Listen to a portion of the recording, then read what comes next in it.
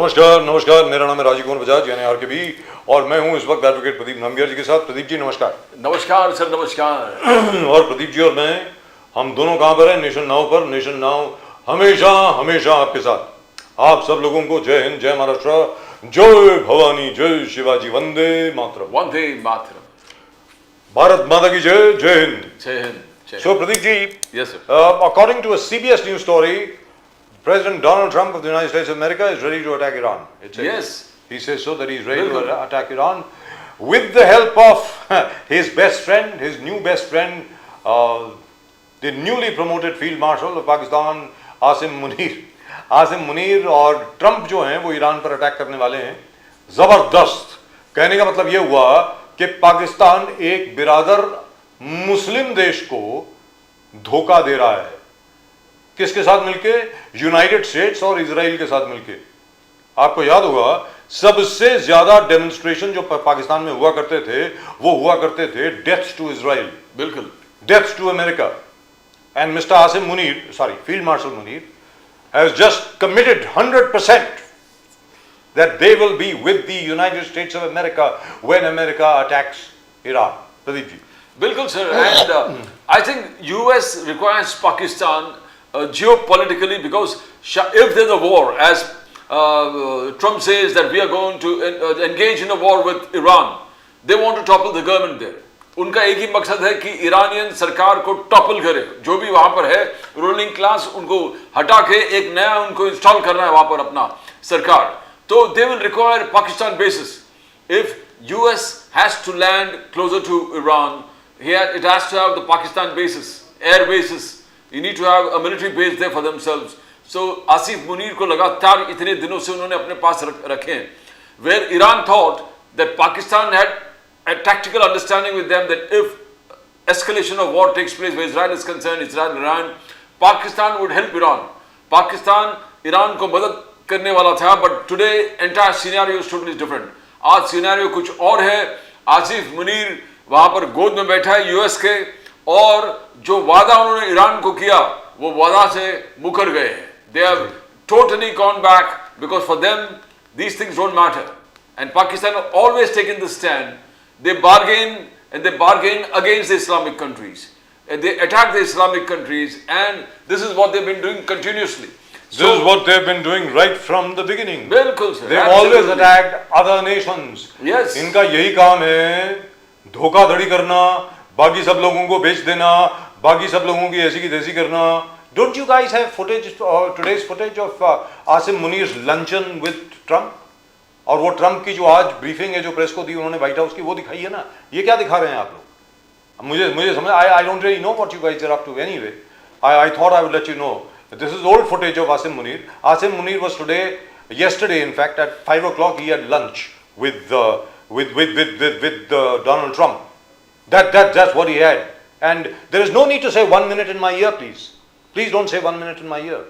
Now my point is this: as far as this man is concerned, he is the biggest traitor that the Muslim world has today. In any event, as they say, Pradeep ji, we don't have a dog in the fight. Yes, as far as these guys are concerned, we've got nothing to do with that. We've got nothing to do with that. As far as this is concerned, this is Donald Trump briefing everybody today, and right behind him, by the way, those guys in white t-shirts, do you know who they are? That's the Juventus football club on a visit to the United States of America. I think there's a club of clubs tournament happening right now in the US. Juventus, based in Torino, a city very, very familiar, that Sonia Gandhi would be very familiar with. One of my favorite football clubs, that is Juventus. Beautiful. It's called the Old Lady of Torino, of course, but a great football club. Absolutely fantastic football club. Pirlo, one of the greatest ever Italian footballers, played over here for 18 to 19 years almost, and so did Buffon, one of the greatest goalkeepers in the world. But in any event, he says today what Donald Trump really is saying here.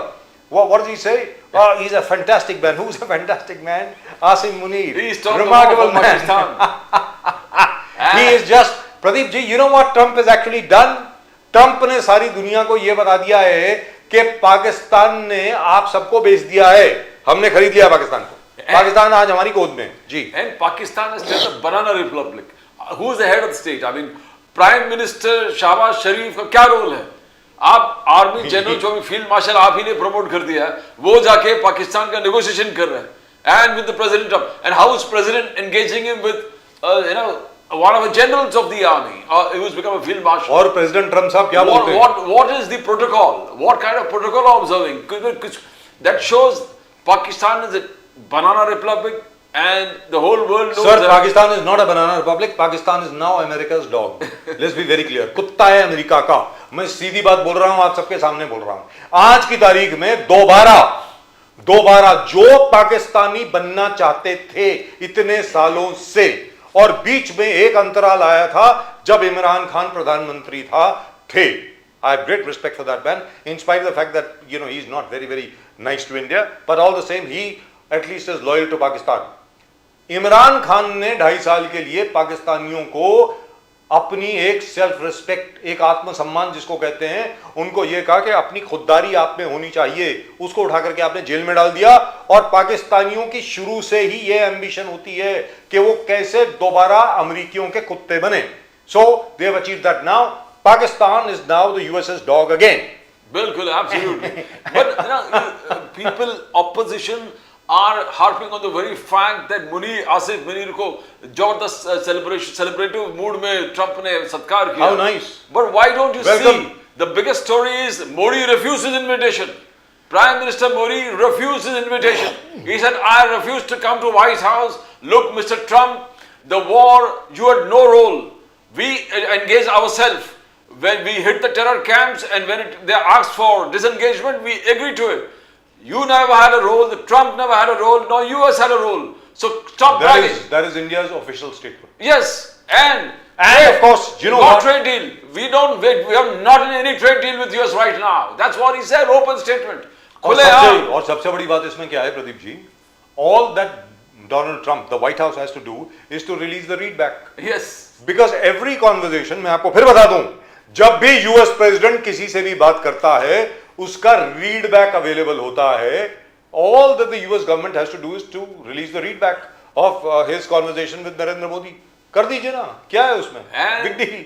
And the US spokesperson said Trump has offered his help, but if some country wants not to take it, wishes not to take it, what can we do? That's So up to he's them. offered and India has refused. That's up to them. Yes, it's up to them. That's what she said. That's what she said. That's what she said. And she said that, and she said if Trump has offered his role, his help, and if any country refuses, we've got nothing. What can we do? It's their choice. So it's clear that India In has any refused. event, very smart advice given to Prime Minister Modi by whosoever gave it, कि भैया उधर मत जाना, white house की तरफ मत जाना, America की तरफ, कुछ भी हो जाए, डोंट गो देयर. और मोदी जी ने वही कहा कि भैया प्रीवियस एंगेजमेंट है, मुझे जागरेब जाना है क्रोएशिया में. और जागरेब बाय द वे कोई भी हिंदुस्तानी प्रधानमंत्री इसके पहले नहीं गया. तो मोदी जी जागरेब चले गए और वहां क्या वेलकम हुआ साहब उनका प्रदीप जी. Yes, आप देखिए, Fantastic. जबरदस्त गायत्री मंत्र के साथ और वैदिक चैंटिंग के साथ. मतलब मैं तो गदगद हो गया, कमाल हो गई. Absolutely fantastic. Absolutely, sir. But there are a couple of other things. There it is. Look at that. Look at that. That's the one. ये मतलब लोग जो हैं गायत्री मंत्र के साथ मोदी जी का स्वागत कर रहे हैं.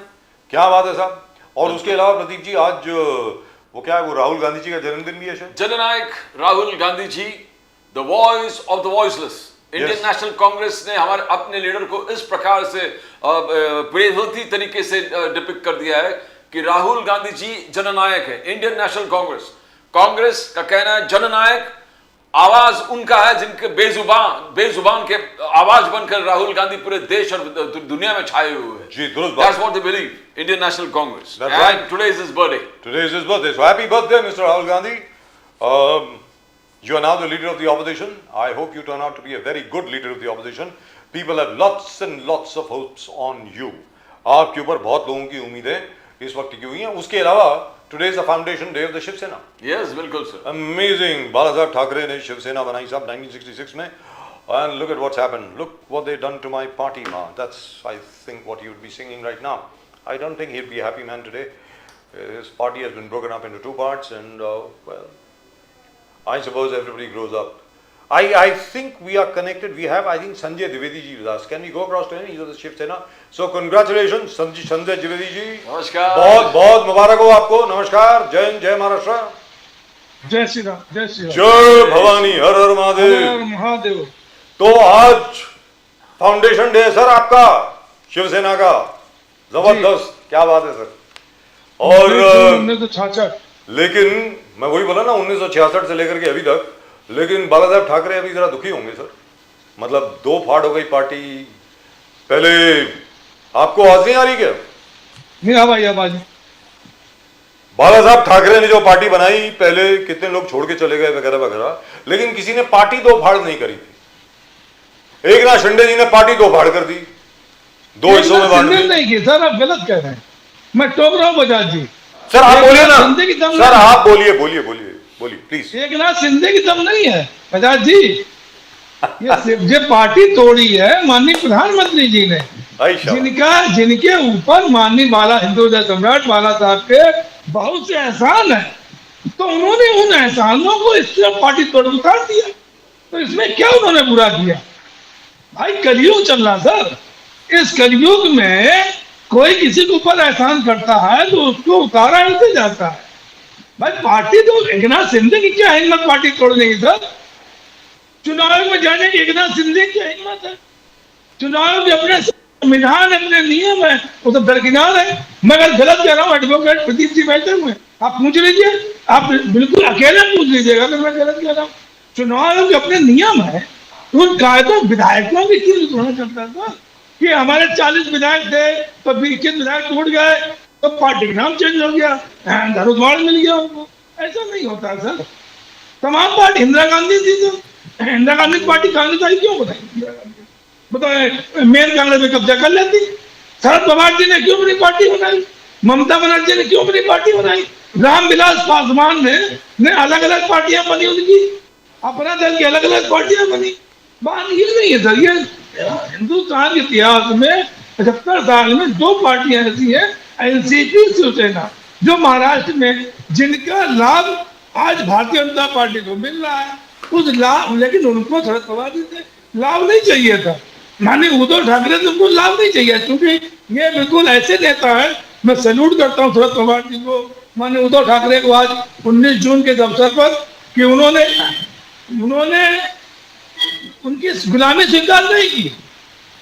उन्होंने जो सिद्धांत माननीय हिंदू सम्राट बाला साहब ठाकरे के थे, उन सिद्धांतों पे चल के अपने सम्मान के, अपने हाथ सम्मान की रक्षा करने के लिए उन्होंने कोई समझौता भारतीय जनता पार्टी से नहीं किया और बिखर जाना, पार्टी टूट जाना मंजूर किया। पार्टी उन्होंने नहीं तोड़ी। एक नाथ शिंदे को मुख्यमंत्री का लालच दिया गया, उस मुख्यमंत्री के लालच में 50 होके एकदम होके आज आप देखिए, जो लोग अलग हुए थे उनकी संपत्तियां आप चेक करवा लीजिए, जो किनके कितने मकान बने, किसके क्या बने हैं, आप चेक कर सकते हैं। लेकिन ईडी, द्विवेदी जी, सीबीआई उनके पास नहीं जाएगी सर। द्विवेदी जी, ये कब तक एकनाथ शिंदे जी का कहना है, ये कब तक ये कहते रहेंगे आप बाप को चोरी किया, बाप का चोरी किया, पार्टी का चोरी किया, सिंबल का चोरी किया। बोले 2022 में बाला साहब ठाकरे जी के विचार लेकर सीएम बन गए, पूरे पार्टी उनके साथ आए, 90% पार्टी उनके साथ आया। तो उसके बाद चुनाव लड़े, चुनाव में भी ये जीत हासिल किए, सीएम से डिप्टी सीएम बन गए, मगर वो बरकरार रखे जो जीत के आने का रिकॉर्ड, और महायुति को कन्विंसिंग मेजॉरिटी मिला है, एब्सोल्यूट मेजॉरिटी मिला है महाराष्ट्र में। तो कब तक आप करोगे बाप चोर ल, पार्टी चोर ल, सिंबल चोर ल? ये भूल गए लगते एकनाथ जी के हिसाब से, ये सब लोग भूल गए सब। द्विवेदी जी,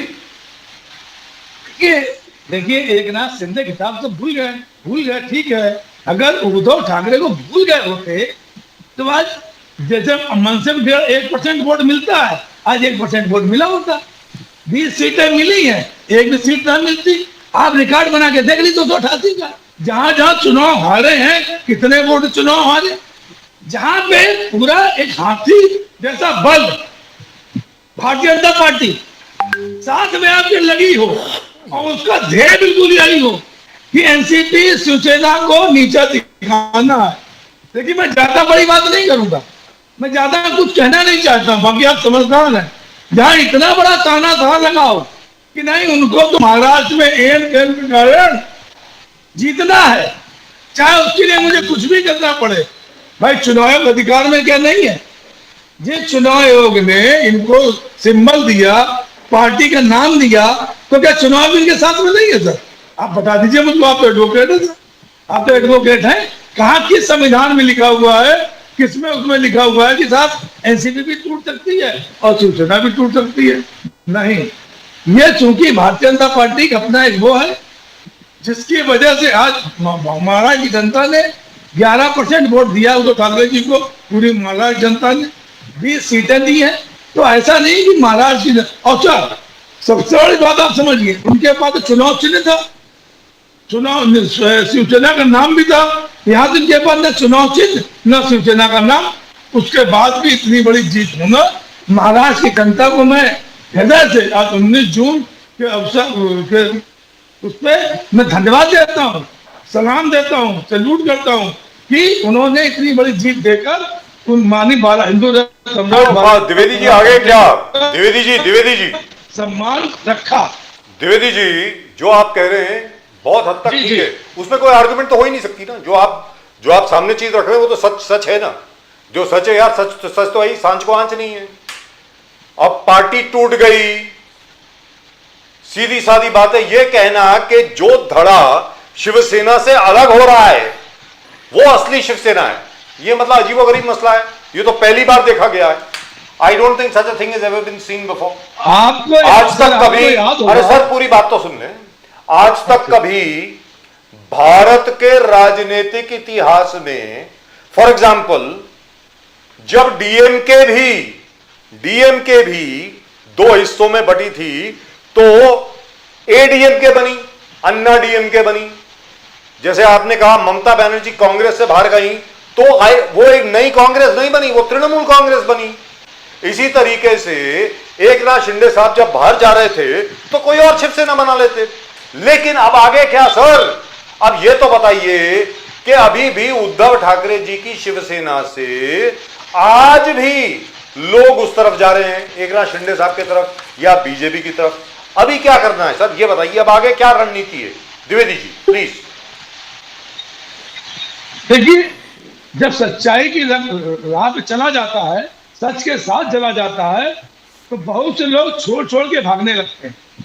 लेकिन जो सच्चाई पे डटा होता है वो सच्चाई पे डटा रहता है। आपको मानिए सुप्रीम कोर्ट का आप जजमेंट याद करिए सर, उन्होंने स्पष्ट एक बात कही थी कि जब पार्टी विभाजित हो रही थी उस समय जो माननीय उद्धव ठाकरे मेन पार्टी के लीडर थे और उनका विहित चलना चाहिए था।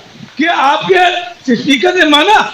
इस बात का जिक्र स्पीकर ने किया या स्पीकर ने माना? विधानसभा, महाराष्ट्र की विधानसभा के स्पीकर ने नहीं माना सर। तो बात जब ये होती है, जब आपकी तानाशाही, आपका वो एक लोकतंत्र की हत्या करना जब शुरू होता है तो इस तरह की सब बातें सामने आती हैं। जहां तक आपने बात कही कौन छोड़ के जा रहा है, कौन छोड़ के नहीं जा रहा, मैं तो अपने शिवसेना में जानता हूं सर। हमारे बहुत से ऐसे लोग हैं महाराष्ट्र में, मैं नाम नहीं लूंगा, जो सिर्फ सत्ता लोलुप है। वो सब चाहते हो वहां रहेंगे जहां सत्ता रहती है, जो मैं बहुत लोग जानता हूं सर। लेकिन उसमें कुछ कहने की जरूरत नहीं है। लेकिन जब हम मीत पर लड़ते हैं, जब सच्चाई की राह पे चलते हैं, तो बिल्कुल हमको डगमगाना नहीं चाहिए सर। बहुत सी परेशानियां आती हैं, आप देखिएगा, जो सच आदमी बोलता है तो बहुत परेशानियां झेलता है, और जो झूठ बोलता है वो हमेशा शिखर पे रहता है, लेकिन समय आता है वो नीचे गिरता है sir. Dwivedi ji, operation tiger, Eknath Shinde जी ये कह रहे हैं कि ऑपरेशन टाइगर आज भी सक्सेसफुल इसीलिए है कि उद्धव ठाकरे जी ने बाला साहब ठाकरे जी के विचारों से बहुत दूर हो गए, हिंदुत्व से बहुत दूर हो गए, और उन लोगों से जाके मिला जो कभी बाला साहब ने कहा इनके साथ में अगर मिलना चाहा तो मैं दुकान बंद कर दूंगा, पार्टी बंद कर दूंगा। इसलिए आज भी ऑपरेशन टाइगर सक्सेसफुल है। बड़गुजर जो आपके एक अच्छा एक लीडर थे नासिक में, संजय बड़गुजर वो पूरे टीम को लेकर बीजेपी ज्वाइन कर लिया। नासिक के और सारे कॉर्पोरेटर्स थे, ऑपरेशन टाइगर के माध्यम से वो सब मिलके एक नाथ शिंदे जी। तो बार बार आपको बहुत नुकसान हो रहा है द्विवेदी जी, विचारों से दूर।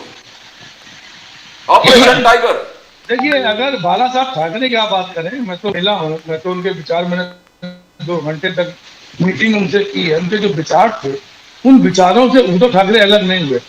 उन्होंने कभी कहा था कि गद्दारी हमारे संग करिए। उन्होंने कहा था गद्दारों की लात मार के भगा दो।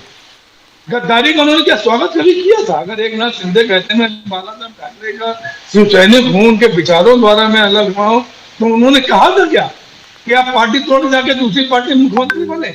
Right, मुझे I याद है think सर, we are मैं connecting यहाँ now. से I एक think we are Shailesh मंत्री Pandey लेके here. गया था, Can we show him on एक screen? मंत्री को लेके मैं गया था, और हमारी माननीय हिंदू समाज बाला साहब ठाकरे से 2 घंटे जी। बातचीत हुई थी। उन्होंने उस मंत्री से कहा कि पहले आप शिवसैनिक बनिए, ऐसा ना हो कि मैं आपको पार्टी ज्वाइन कर लूं, कल आप विधायक बने और मंत्री पद के चक्कर में पार्टी छोड़ दें। उन्होंने कहा 3 महीने पहले शिवसैनिक बन के देख लीजिए, अगर आप शिवसैनिक जिंदगी भर रह सकते हैं तो पार्टी ज्वाइन करिए। मुझे उस दिन बहुत बुरा लगा था सर। मैंने कहा अच्छा खासा कि मंत्री को ज्वाइन करते हो। उनके साथ 5-6 मंत्री और आने वाले थे, उसमें कल्याण सिंह की सरकार थी उत्तर प्रदेश में, लेकिन उन्होंने नहीं लिया। हम उन विचारों के शिवसैनिक सर हैं, हम उन विचारों से चलते हैं।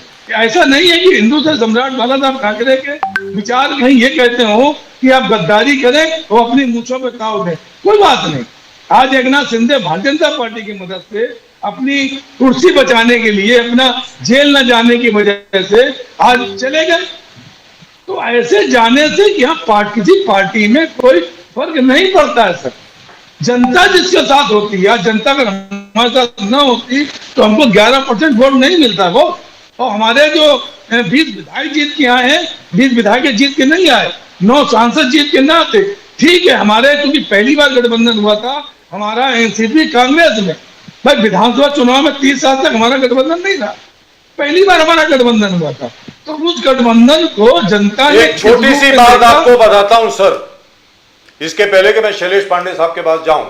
Shailesh Pandey ji of the Bharatiya Janata Party, welcome to the show sir. आपके पास आ रहा हूं सिर्फ एक छोटा सा सवाल पूछ के। द्विवेदी जी इस वक्त लखनऊ से हमारे साथ हैं, शिवसेना के। द्विवेदी जी, बाला साहब ठाकरे ने एक इंटरव्यू में मुझे कहा था, we are going to show that interview after this show. उन्होंने यह कहा था कि भारतीय जनता पार्टी चाहती थी शरद पवार के साथ गठबंधन करना, तो मैंने यह कहा था कि मैं आत्महत्या करवा दूंगा सबकी, शिवसेना को बंद कर दूंगा, शरद पवार के साथ कोई गठबंधन नहीं होगा। यह बाला साहब ठाकरे ने इंटरव्यू में कहा है। You can see the interview just after this show sir. तो आज तो आप शरद पवार जी की गोद में बैठे हैं द्विवेदी जी। यही शरद पवार हैं जिनकी लड़की जो है सुप्रिया सुले, इन्होंने पहली बार राज्यसभा में अपना पर्चा दाखिल करने गई थी और बाला साहब ठाकरे को मालूम चल गया। उसमें अटल बिहारी वाजपेयी प्रधानमंत्री थे। उन्होंने शरद पवार जी को फोन किया बाला साहब ठाकरे ने कि भाई आपने मुझे क्यों नहीं बताया, मेरी पिटिया जो है सर उनके व्यक्तिगत संबंध बहुत अच्छे, वहां पे प्रत्याशी खड़ा कर दिया था।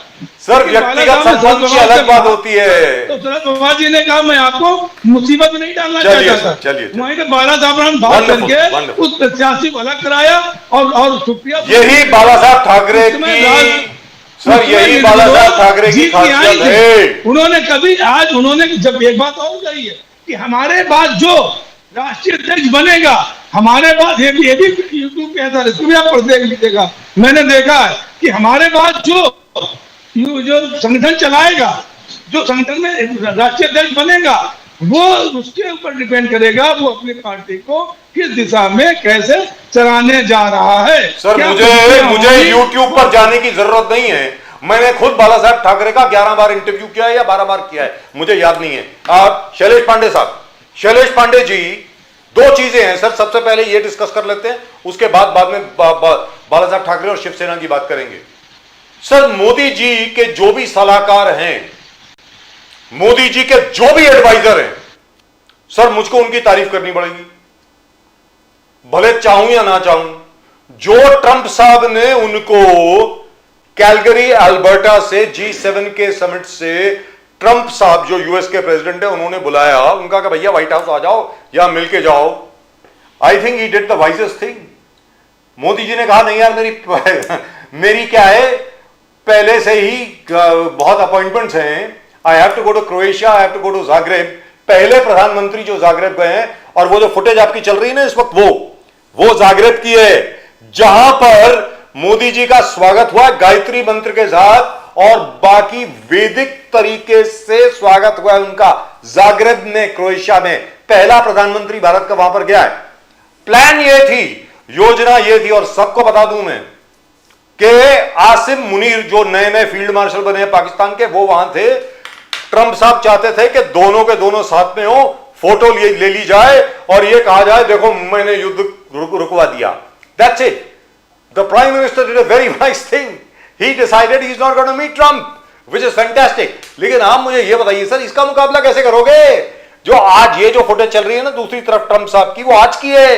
ट्रंप ने दोबारा कहा है कि मैंने युद्ध रुकवाया इंडिया और पाकिस्तान के बीच में। इसके बावजूद कि ऑफिशियल स्टेटमेंट आई है हमारी फॉरेन सेक्रेटरी साहब की कि 35 मिनट की फोन कॉल में प्रधानमंत्री जी ने यह कहा, मोदी जी ने, कि भैया हमें मध्यस्थता की आवश्यकता नहीं है, और पाकिस्तान का हमें फोन आया था इसलिए हमने युद्ध रोक दिया, क्योंकि सबके बेनिफिट में था। और आज तो मैं, प्रदीप जी मुझसे एग्री करेंगे, I am sure Dwivedi ji भी एग्री करेंगे, अपने दिल से तो एग्री करेंगे, सीधी सादी बात है कि युद्ध विराम सबसे बढ़िया चीज हुई। आज देख लीजिए इजराइल और ईरान के बीच में क्या हो रहा है, आज देख लीजिए यूक्रेन और रशिया के बीच में क्या हो रहा है। सर युद्ध विराम की स्थिति नहीं बन रही। अब आप बोलें शैलेश पांडे जी प्लीज।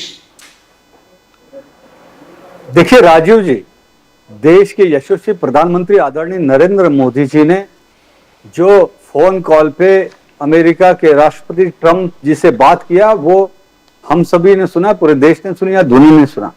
अभी तक जो लोग उंगलियां उठा रहे थे, तरह तरह की बात कर रहे थे, वो अपने कानों पर विश्वास करें, अपने आंखों पर विश्वास करें।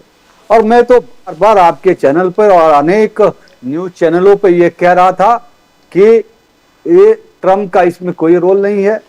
ट्रंप सुबह कुछ कहते हैं, दोपहर को कुछ कहते हैं, शाम को कुछ कहते हैं, रात को कुछ कहते हैं, तो उनकी बातों का आप कैसे विश्वास करेंगे, कितना विश्वास करेंगे?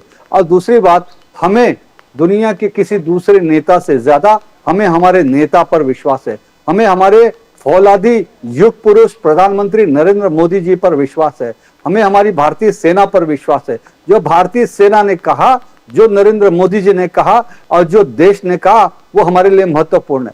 और दुनिया यह जानती है कि कभी भी सीज फायर दो देशों के बीच में होता है, और पाकिस्तान के डीजीएमओ ने हिंदुस्तान के डीजीएमओ श्री राजीव घई जी को फोन करके सीज फायर किया। ये जग जाहिर है, ये दुनिया ने देखा है, सबने देखा है। लेकिन जो राहुल गांधी जैसे लोग जिस तरह की वाहियाती बात करते हैं, तो मैं पहले भी कह चुका हूं, अभी भी कहता हूं कि उन्हें किसी अच्छे मानसिक डॉक्टर से इलाज कराना चाहिए। सर राहुल गांधी जी को हैप्पी बर्थडे तो विश कर दो सर। आज राहुल गांधी जी का जन्मदिन है, उनको जन्मदिन की शुभकामनाएं तो दे दो सर प्लीज। शैलेश पांडे जी चलिए आप कहते हैं तो मैं आपके न्यूज चैनल के माध्यम से राहुल गांधी जी को उनके जन्मदिन की बहुत बहुत शुभकामनाएं व्यक्त करता हूं, और परमपिता परमेश्वर से यह प्रार्थना करता हूं कि भगवान उनको सद्बुद्धि दे, भगवान उनको सद्बुद्धि दे, और देश के हित में हो रहे कार्यों को कम से कम देश हित और देशद्रोह में वो फर्क समझे, जाने, देश के साथ खड़े रहे। कहने का मतलब ये हुआ शैलेश पांडे जी, कहने का मतलब ये हुआ शैलेश पांडे जी कि वो अपने पिताजी और अपनी दादी मां से कुछ सीखें।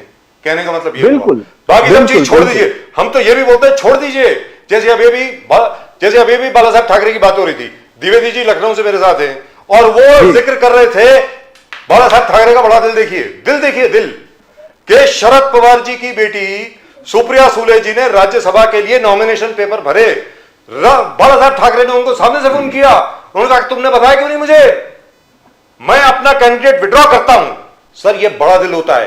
राजीव गांधी जी को देखिए, राजीव गांधी जी को मालूम पड़ा अटल बिहारी वाजपेयी जी की तबीयत खराब है और उनका इलाज जो है वो सिर्फ न्यूयॉर्क में हो सकता है। उनको एक डेलीगेशन का हेड बना करके न्यूयॉर्क भेजा और वहां पर सरकारी खर्चे पे उनका इलाज कराया। और ये राजीव गांधी ने कभी बात नहीं कही सर, अटल बिहारी वाजपेयी ने खुद कहा। ऐसे लोग हुआ करते थे उस वक्त। और जैसे अटल बिहारी वाजपेयी, मैं आपको बता रहा हूं, आपको तो याद होगा, पता नहीं द्विवेदी जी को याद है कि नहीं, लेकिन ये द्विवेदी जी बड़े सीनियर आदमी, उनको जरूर याद होगा। अटल जी ने जो नेहरू जी के बारे में बात करी है, अरे बाबा, मतलब आंख में आंसू आ जाते हैं। आप देखिए, उन्होंने कहा कि भाई राजनीतिक अपोनेंट मतलब राजनीतिक विरोधी अलग होते हैं, व्यक्तिगत तौर पे जो पंडित जी की वो रिस्पेक्ट करते थे मानना पड़ेगा। मुझे लगता है द्विवेदी जी और हमारे पांडे जी वो किस्म की रिस्पेक्ट वापस आनी चाहिए, मुझको ऐसा लगता है। एनीवे, प्रदीप जी आप सवाल। नहीं, देखिए, जी, मैं आपको कहूंगा कि जी। इसमें थोड़ा सा विरोधी पक्ष नेता जो इस वक्त देश के राहुल गांधी है, उनको परिपक्वता दिखाने की आवश्यकता है। हमारे शास्त्रों में, उपनिषद में, कठोपनिषद में एक श्लोक है जिसे स्वामी विवेकानंद जी अपने प्रवचनों में हमेशा कहते थे कि उत्तिष्ठ जागृत प्राप्त वरानुबोधत, उठो जागो आगे बढ़ो, अपने उद्देश्य की प्राप्ति करो और जो आपके महापुरुषों ने जो रास्ता दिखाया है उसका अनुसरण करते हुए अपने लक्ष्य की प्राप्ति करो। सुनिए ना एक सेकंड, अपने महापुरुषों का अनुसरण करते हुए, तो राहुल गांधी ने भी अपने महापुरुषों के जो अच्छे कार्य उसका अनुसरण करना चाहिए। आज के भी परिवेश में अगर हम देश के यशस्वी प्रधानमंत्री नरेंद्र मोदी जी को देखें तो मैंने बहुत सारे ऐसे वाकया है, मैं आपको बताना चाहूंगा, लेकिन उसमें से अभी जो घटा है, देखिए, जब देश हित की बात आई तो आदरणीय मोदी जी ने विरोधी पार्टियों के नेताओं को भी 7 अलग अलग डेलीगेशन के माध्यम से पाकिस्तान के आतंकवादी हमलों के बारे में जानकारी देना, भारत की कार्रवाई की जानकारी देने के लिए पूरे दुनिया में भेजा, जिसमें डीएमके की कली मोड़ी थी, कांग्रेस पार्टी के थे, सलमान खुर्शीद थे, फिर बहुत सारे नेता थे, और ये शरद पवार जी की बेटी जो है वो भी थी, सुप्रिया सुले जी भी थी। और यही विरोध हो रहा है, पांडे जी यही विरोध कर रहे हैं, जब वापस आए, जयराम रमेश जी यही कह रहे हैं कि आप लोगों को साथ में नहीं लेके जा रहे हो। आज जयराम रमेश का स्टेटमेंट है, उन्होंने कहा कि मोदी जी और ट्रंप के 35 मिनट के बाद क्या हुआ वो पूरे दुनिया और देश जानना चाहता है। वो मोदी जी के स्टेटमेंट कैसे ले लेंगे? तो उन्होंने कहा कि मोदी जी ने साफ किया, नो ट्रेड टॉक, ट्रेड के कोई बात हुआ नहीं, कोई मीडिएशन का बात हुआ नहीं है। हमने कहा ऑपरेशन सिंदूर अभी भी कंटिन्यूड है, आतंकवाद वहां से उभरेगा, हम जाके इनसाइड मारेंगे पाकिस्तान के अंदर। ये मोदी जी साफ है। मत जयराम रमेश कह रहे कि ऑल पार्टी मीटिंग लो, ऑल पार्टी मीटिंग में क्यों नहीं कहते हो? आप कह रहे हो कि मोदी सबको इन्वॉल्व कर रहे हैं, मोदी जी सबको इन्वॉल्व कर रहे हैं। कांग्रेस कह रहे हैं मोदी जी आप इन्वॉल्व कीजिए, ऑल पार्टी मीटिंग बुलाइए। पांडे जी देखिए, कांग्रेस के जयराम रमेश की इस वक्त जो हालत है वो खिसियानी बिल्ली खंबा नोचे वाली हालत है। आज हिंदुस्तान के 7 डेलीगेट्स दुनिया में जाते हैं, दुनिया को ये सारी स्थिति परिस्थिति का जानकारी देते हैं। आज पूरी दुनिया आपके साथ है, पूरी दुनिया आपके साथ है, पूरा देश आपके साथ है। मगर जयराम रमेश जी का बोलिए। लेकिन आपने ध्यान से सुना होगा, मेरी वो जो बात रह गई कि जो संवेदनशीलता, आज के नेताओं में संवेदनशीलता की बात हम कर रहे थे, तो आदरणीय प्रधानमंत्री नरेंद्र मोदी जी जब सारे डेलीगेट्स वापस आए, उनका एक गेट टुगेदर रखा और सबका अनुभव सुन रहे थे, उस वक्त जब वो शरद पवार जी की बेटी सुप्रिया सुले जी से बात कर रहे थे तो उन्होंने उनसे शरद पवार जी के तबीयत के बारे में पूछताछ की कि शरद पवार जी कैसे हैं, उनकी तबीयत कैसी है। तो ये संवेदनशीलता हम आज भी नरेंद्र मोदी जैसे प्रधानमंत्री के अंदर देखते हैं। शैलेश पांडे जी, लोगों को भ्रमित क्यों कर रहे हैं आप? जी, आप लोगों को भ्रमित कर रहे हैं। आप ये व्यक्तिगत स्वभाव की बात कर रहा हूं, मैं जयराम रमेश की बात कर रहा हूं। जयराम रमेश को आपने कांग्रेस में भेजा है राहुल गांधी की ऐसी की तैसी करने के लिए। मैं सीधी बात बोल रहा हूं, क्योंकि जयराम रमेश जब से उनका सलाहकार बना है तब से राहुल गांधी जी सिर्फ आपका काम कर रहे हैं। ये क्या कर रहे हैं सर? ऐसा तो मत करिए ना, मतलब हर एक पार्टी को मौका तो दीजिए। आपने अपने लोग छोड़ रखे हैं हर जगह पे, वेरी फ्रैंकली स्पीकिंग। मगर क्या ऑल पार्टी मीटिंग होना चाहिए कि नहीं? अगर कांग्रेस कह रहा है कि Modi ji all party meeting बुलाना चाहिए 35 मिनट कॉल के बारे में, तो उसमें विरोध क्या है पांडे जी? अरे प्रदीप जी, आप भी समझदार व्यक्ति है, ऐसा प्रश्न कैसे उठा रहे हैं मेरे समझ में आ रहा है। ये विरोधियों को तो प्रश्न के अलावा कुछ दिखता नहीं। देखिए, अभी मानसून सत्र जल्द से जल्द शुरू होने वाला है, मानसून सत्र आने वाला है, तो उसी में चर्चा हो जाएगी ना। कोई चर्चा से भाग नहीं रहा है, कोई चर्चा से मना नहीं कर रहा है। और दूसरी बात, आप क्या चर्चा करना चाहते हैं? सारी चर्चाएं जो आप करना चाहते हो वो तो देश के भारतीय सेना के जो डीजीएमओ है उन्होंने प्रेस कॉन्फ्रेंस करके बता दिया है। भारतीय सेना के तीनों विंग के जो प्रमुख सेना नायक है उन्होंने प्रेस कॉन्फ्रेंस में बता दिया। देश के जो विदेश सचिव है और उन्होंने सारी बातें बता दी, रक्षा मंत्री ने बता दी, प्रधानमंत्री ने बता दी, गृह मंत्री ने बता दी, सभी ने तो बता दिया। और पूरी दुनिया में हिंदुस्तान के ऑल पार्टी के 7 अलग अलग डेलीगेट जिसमें 50 से ज्यादा सांसद ने सारी दुनिया को बात बता दी। तो आप सुनने और जानने को रहा क्या? और कोई बात नहीं, आप सत्र चाहते हैं तो मानसून सत्र अभी हो रहा है, इसमें आपको जो पूछना है, जो काटना है, वो चर्चा करनी है। चर्चा let's be very clear, it is against protocol. क्योंकि ट्रंप साहब का फोन गया था मोदी जी को, ये ट्रंप साहब के ऊपर है कि वो जो कॉन्वर्सेशन हुई मोदी जी और ट्रंप के बीच में उसका रीडबैक वो रिवील करना चाहते हैं नहीं, वो उनके ऊपर है। Modi ji can not reveal, let's be very clear, it is not part of protocol, you can't. एक और दो हेड्स ऑफ स्टेट के बीच में जब मीटिंग होती है, what you can do is you can provide your summary from your side. जो उसका readback है, that will be provided by the Americans. We can't do it. But over here, I would like to ask you one thing, which is very important before I go back to Dwivedi ji. Sir, वापस वही स्थिति आ गई है जो जिया उल हक के जमाने में हुआ करती थी, जो परवेज मुशर्रफ के जमाने में हुआ करती थी।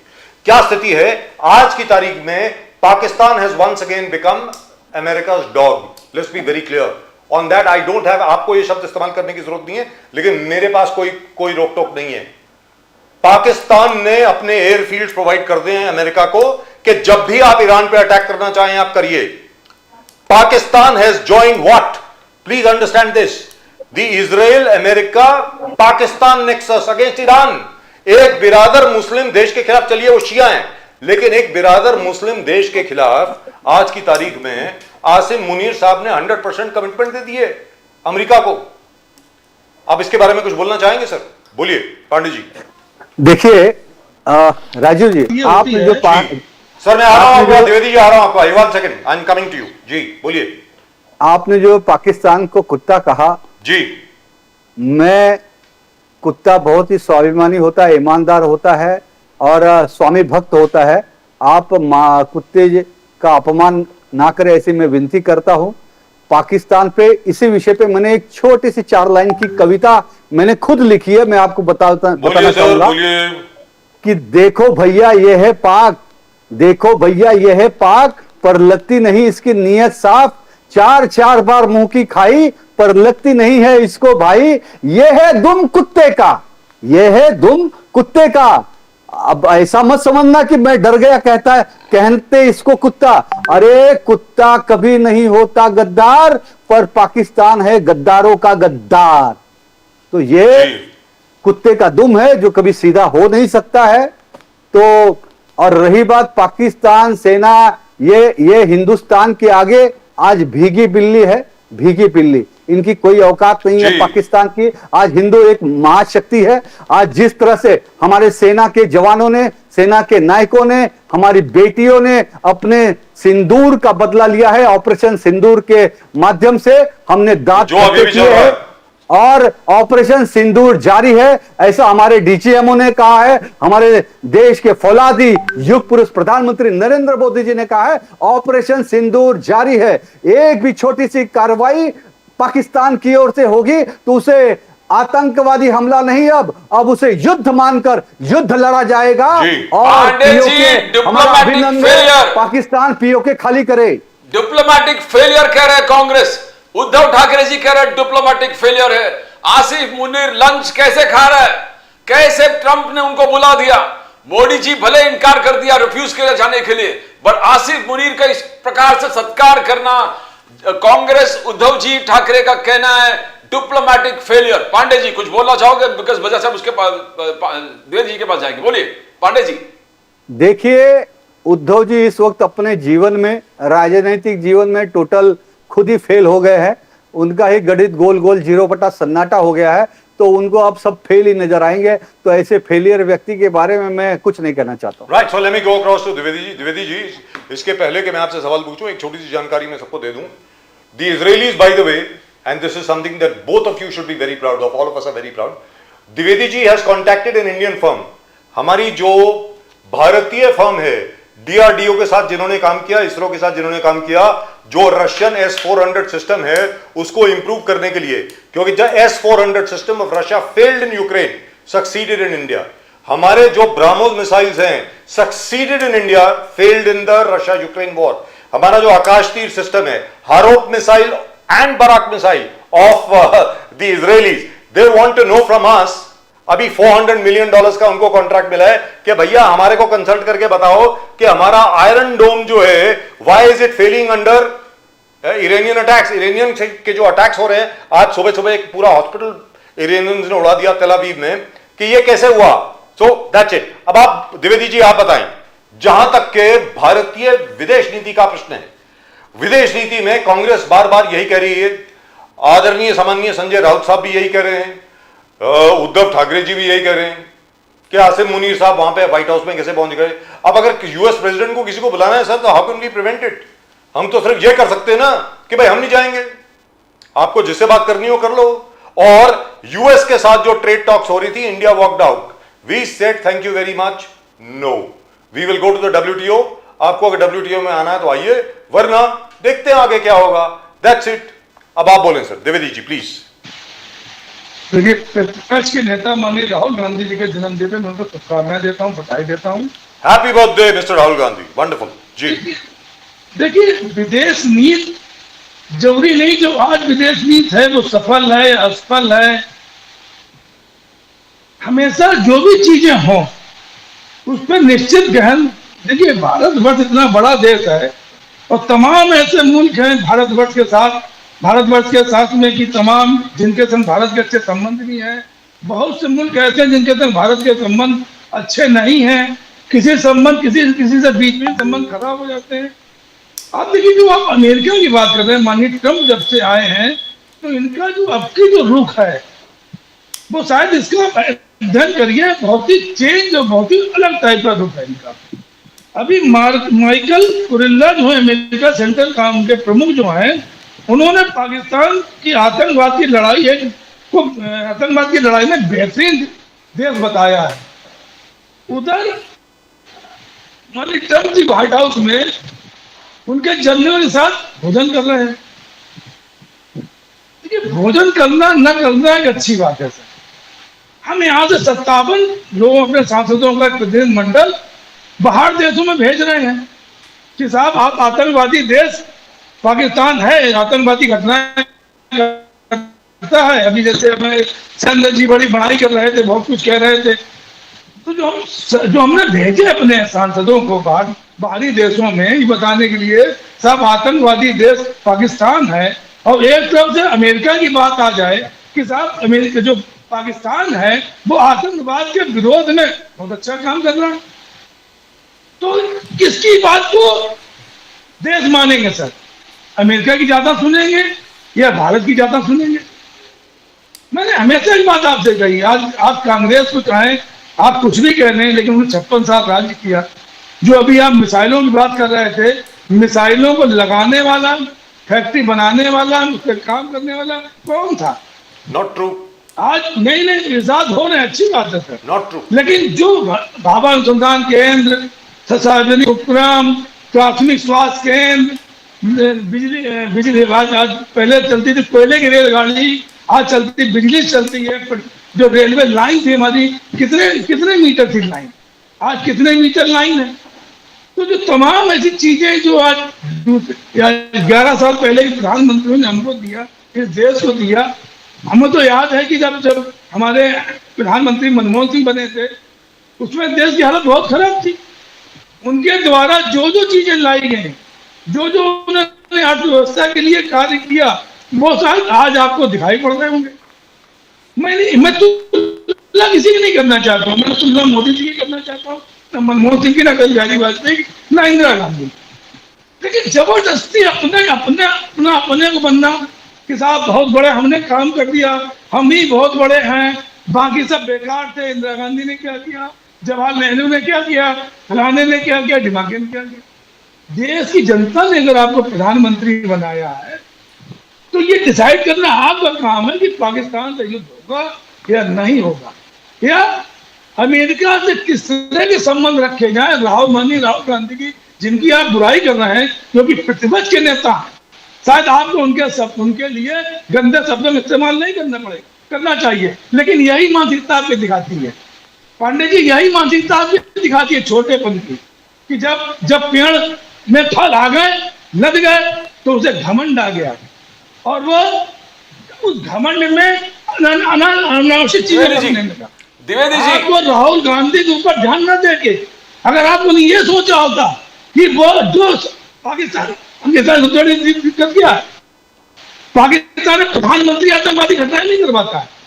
आतंकवादी घटनाएं अगर पाकिस्तान से होती है तो उसका सबसे बड़ा जिम्मेदार कौन है? उसका सबसे बड़ा जिम्मेदार वहां की सेना और ISI, ये दोनों मिलके भारत में 75 साल से आतंकवादी घटनाएं कर रहे हैं। द्विवेदी जी, बंद हो गई।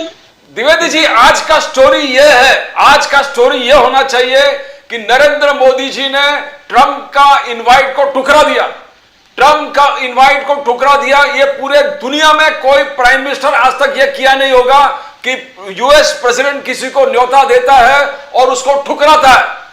ट्रंप ने ये पूछा 35 मिनट में कि जाते जाते G7 से आप जरा व्हाइट हाउस होते जाइए भारत, तो उन्होंने कहा मैं नहीं आ सकता।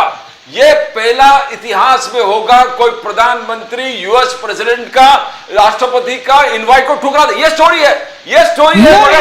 आप बोल रहे हैं कि मुनीर को लंच में लाया, ये डिप्लोमेटिक फेलियर है, ऐसा नहीं होना चाहिए। आज का किसी देश के प्रधानमंत्री ने इस प्रकार से मोदी साहब जैसे डिसीजन ले लिया नहीं लिया। द्विवेदी जी बोलिए।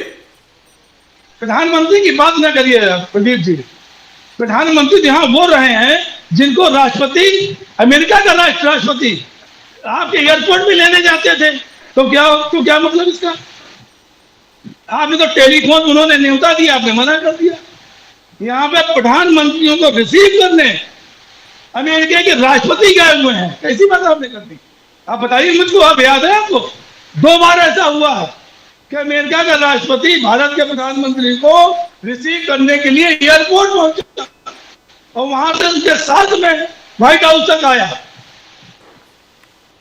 आप देखिए, वही ट्रंप है जो जिनके लिए माननीय मोदी जी कहते थे, चुनाव प्रचार करने गए थे, पूरा गुजरात में सफाई करा के उनका वो दिया था, जिससे अटल बिहारी वाजपेयी परवेज मुशर्रफ को अपने आप बुलाया आगरा में, आगरा मीट कराई, और उसके बाद क्या हुआ था 99 में जो युद्ध आपको याद है, कारगिल युद्ध, उसका कारगिल युद्ध हुआ, क्यों हुआ?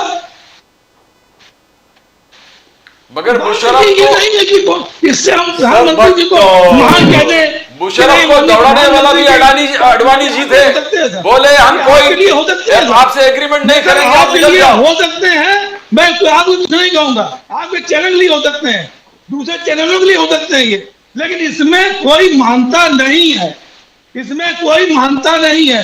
जिस तरह से न्योता दिया जा रहा था, वो न्योता देने का तरीका ही गलत था, न्योता देने का तरीका गलत था, इन्होंने स्वीकार नहीं किया, अच्छी बात है, नहीं जाना चाहिए था। जहां पे पाकिस्तान का हमारा वो जंगल बैठा हुआ है, क्यों जाएंगे प्रधानमंत्री वहां पे? क्या और सीधा लेकर के आते अपनी?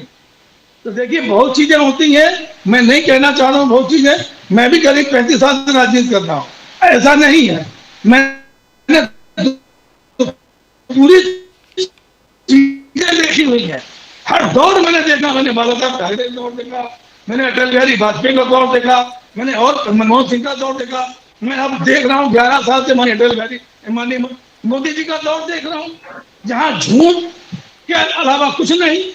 आप कानून लाते हैं और जब 6 महीने 7 महीने यही टीवी चैनल, यही हमारे भारतीय जनता पार्टी प्रवक्ता उनकी प्रशंसा किया करते हैं, साहब इतने अच्छे कानून आए हैं किसानों के लिए, बहुत अच्छे कानून है। द्विवेदी जी, आज की तारीख में करते थे। द्विवेदी जी, ये तो पुरानी बात हो गई ना। संजय द्विवेदी जी मर गए, संजय द्विवेदी जी, आपको तो तारीफ करनी चाहिए।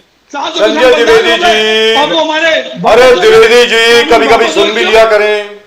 अगर आपकी इजाजत हो तो छोटी सी बात मैं आपके सामने रखना चाहता हूं, आपको तो तारीफ करनी चाहिए कि ये प्रोएक्टिव सरकार है, सरकार जो है लोगों की बात सुन रही है कि भाई ये फार्म लॉज जो है अगर फार्मर्स को नहीं चाहिए तो मोदी जी ने कहा थैंक यू वेरी मच, नहीं चाहिए तो मत लो यार, हम तो तुम्हारे भले के लिए लाए थे, अगर तुम्हें नहीं चाहिए all the best you, God bless you, आगे आप हंस लीजिए सर, उस पर आप हंस लीजिए, शौक से हंसिए, ऐसी कोई बात नहीं है। जहां तक के बाय द वे एक छोटी सी बात आपके सामने मैं रखना चाहता हूं, आज की तारीख में उद्धव ठाकरे जी यानी शिवसेना उद्धव ठाकरे जी, वो कांग्रेस, आम आदमी पार्टी, एनसीपी, सब लोगों ने मिलकर के धारावी में अडानी जी के खिलाफ जबरदस्त प्रदर्शन किया।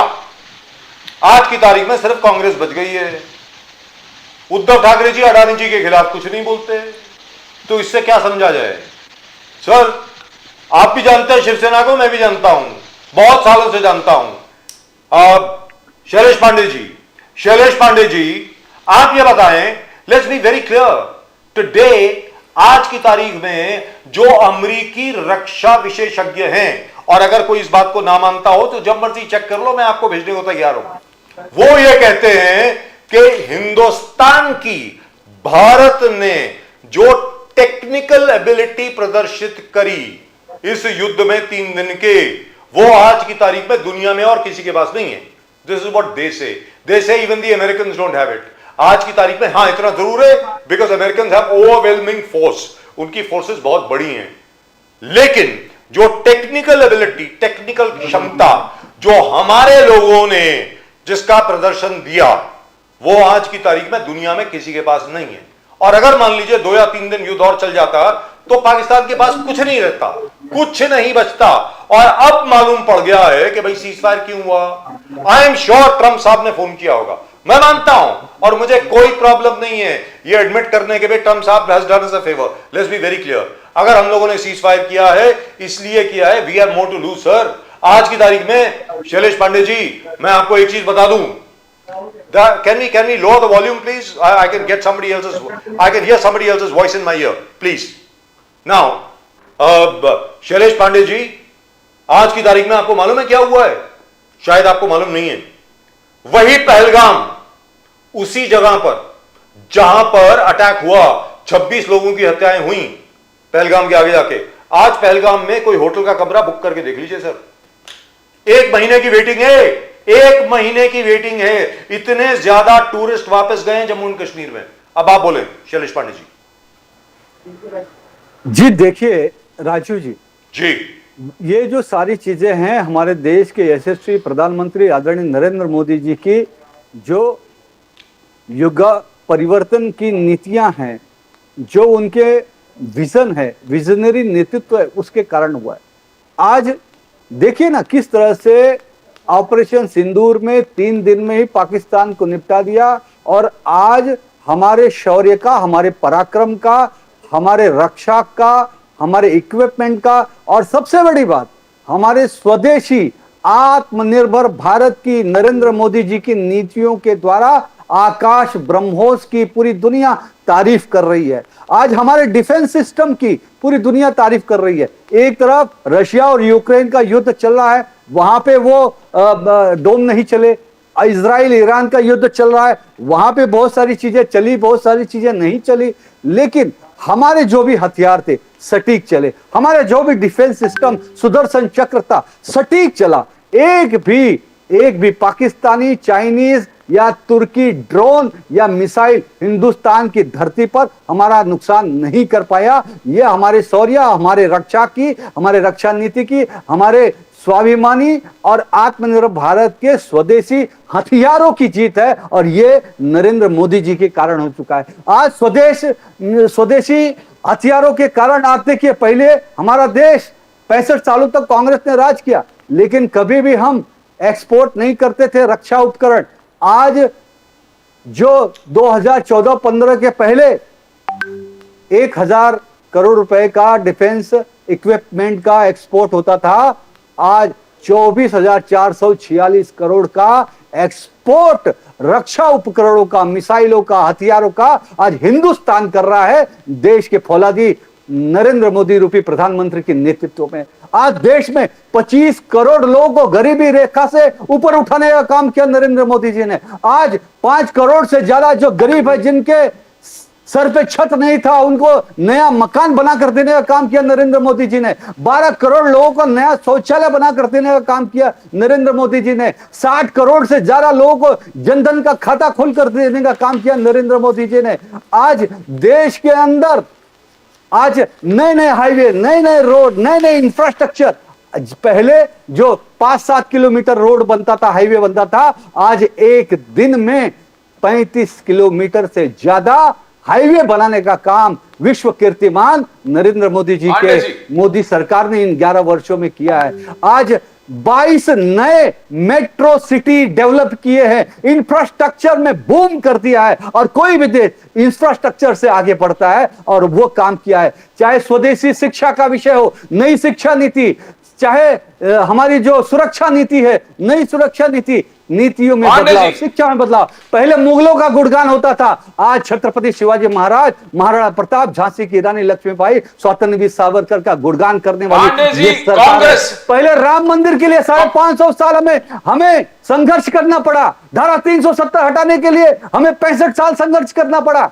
आज देखिए पहले क्या होता था, क्या बात होती थी कि राम मंदिर बना हुआ है, खून की नदियां बहनेगी। कांग्रेस सुप्रीम कोर्ट में हलफनामा देती है कि भगवान राम का अस्तित्व ही नहीं है, हिंदुत्व के खिलाफ, भगवान राम के खिलाफ ये चले जाते हैं। राम मंदिर के नाम पे खून की नदियां बहाने का अल्टीमेटम दिया इन्होंने। कांग्रेस कहा कि अनएम्प्लॉयमेंट, खून की नदियां बह जाएंगी, बेरोजगारी दर सबसे 45 years। पांडे खून जी, की नदियां बह जाएंगी। लेकिन आज नरेंद्र मोदी क्या, पांडे जी, नरेंद्र जरा मोदी सुनिए जी तो का सही। पांडे जी, फौलादी नेतृत्व है। unemployment, राम मंदिर unemployment। में धारा 370 भी हटा। जी, जी, और जी, जी। आज जब प्रदीप जी का सवाल सुनिए। 11 साल बेमिसाल, 11 साल बेमिसाल जरूर है पांडे जी। मोदी जी ने ये G7 में भी कहा, G7 में मोदी जी कहा सबसे फास्टेस्ट ग्रोइंग इकोनॉमी G7 से हमारा देश है, भारत देश है।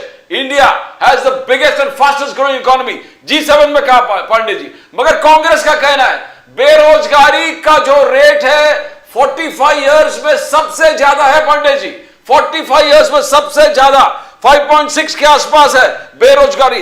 83% जितने अनएम्प्लॉय बेरोजगार है वो युवा है, 83% युवा है। और दो सुइसाइड प्रति घंटा, कांग्रेस के आंकड़े, दो सुइसाइड प्रति घंटा यूथ का हो रहा है जो बेरोजगार है। तो ये क्या धप्पा नहीं है पांडे जी? भले G7 में मोदी जी ने कहा, 11 साल बेमिसाल मोदी जी ने कहा, नल से जल मोदी जी ने कहा, हर घर शौचालय, जल जीवन मिशन, सब कहा। बेरोजगारी कैसे निपटाओगे पांडे जी? देखिए प्रदीप जी, कांग्रेस पार्टी इसमें बौखला गई है और सिर्फ अफवाह वाली पार्टी बन गई है, अफवाह फैलाने वाली पार्टी। इसके पहले भी लोकसभा चुनाव में इन्होंने अफवाह उड़ाया, संविधान खतरे में है, आरक्षण खतरे में है।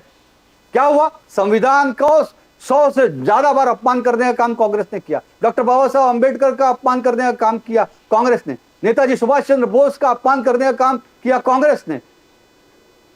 इमरजेंसी लगाकर, आपातकाल लगाकर देश के लोकतंत्र की हत्या करने का काम किया कांग्रेस ने।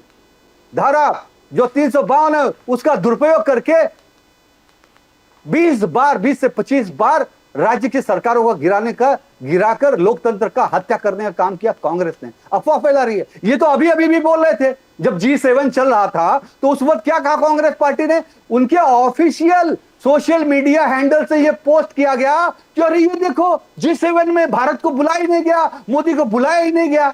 और जब इन्विटेशन आ गया, मोदी जी चले गए, तब ये फिर इनका मुंह लटक गया, इनके मुंह पे काली पुत गई। सर मुंह नहीं लटका, नहीं लटका, इनका गलत बोल रहे हैं सर, मुंह नहीं लटका। उन्होंने क्या किया? इनविटेशन एक्सेप्ट क्यों किया?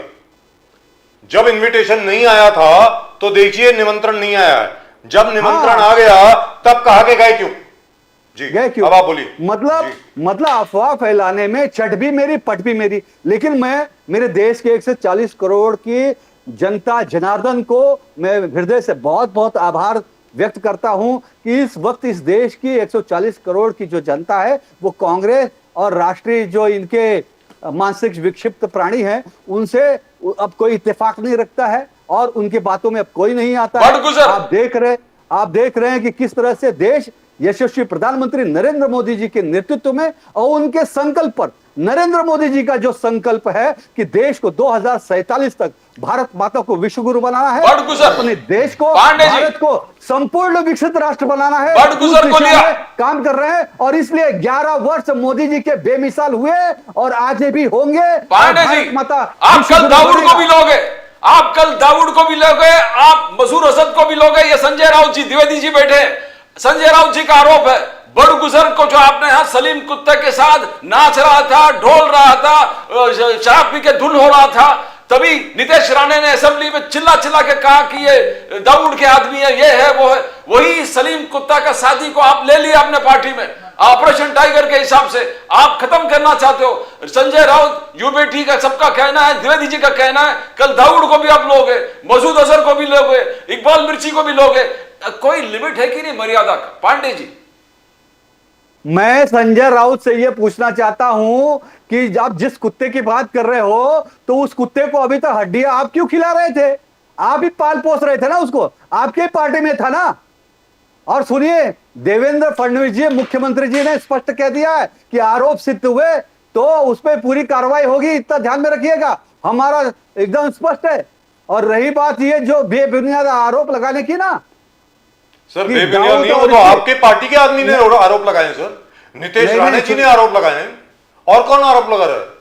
सर नितेश नहीं, राणे जी ने असेंबली आज- में कहा है, एक आज- मिनट, नितेश राणे जी ने, आपके मंत्री हैं सर, उन्होंने असेंबली में उठ करके तस्वीर दिखाई है बड़गुजर की सलीम कुत्ते के साथ कि देखो ये नाच रहा है, बार गर्ल्स भी आसपास हैं, वगैरह वगैरह वगैरह। ये तो नितेश राणे जी ने कहा है सर। और फडणवीस जी का भी स्टेटमेंट था उस दौर का कि सलीम कुत्ता चेन चैलेंज होगा, ये होगा, इंक्वायरी बिठा दिया। ये सब क्या हो रहा है? सरकार और आपका, आज वही बड़गुजर आपके पास है सर। होम मिनिस्ट्री आपका, हर चीज नहीं, आपका।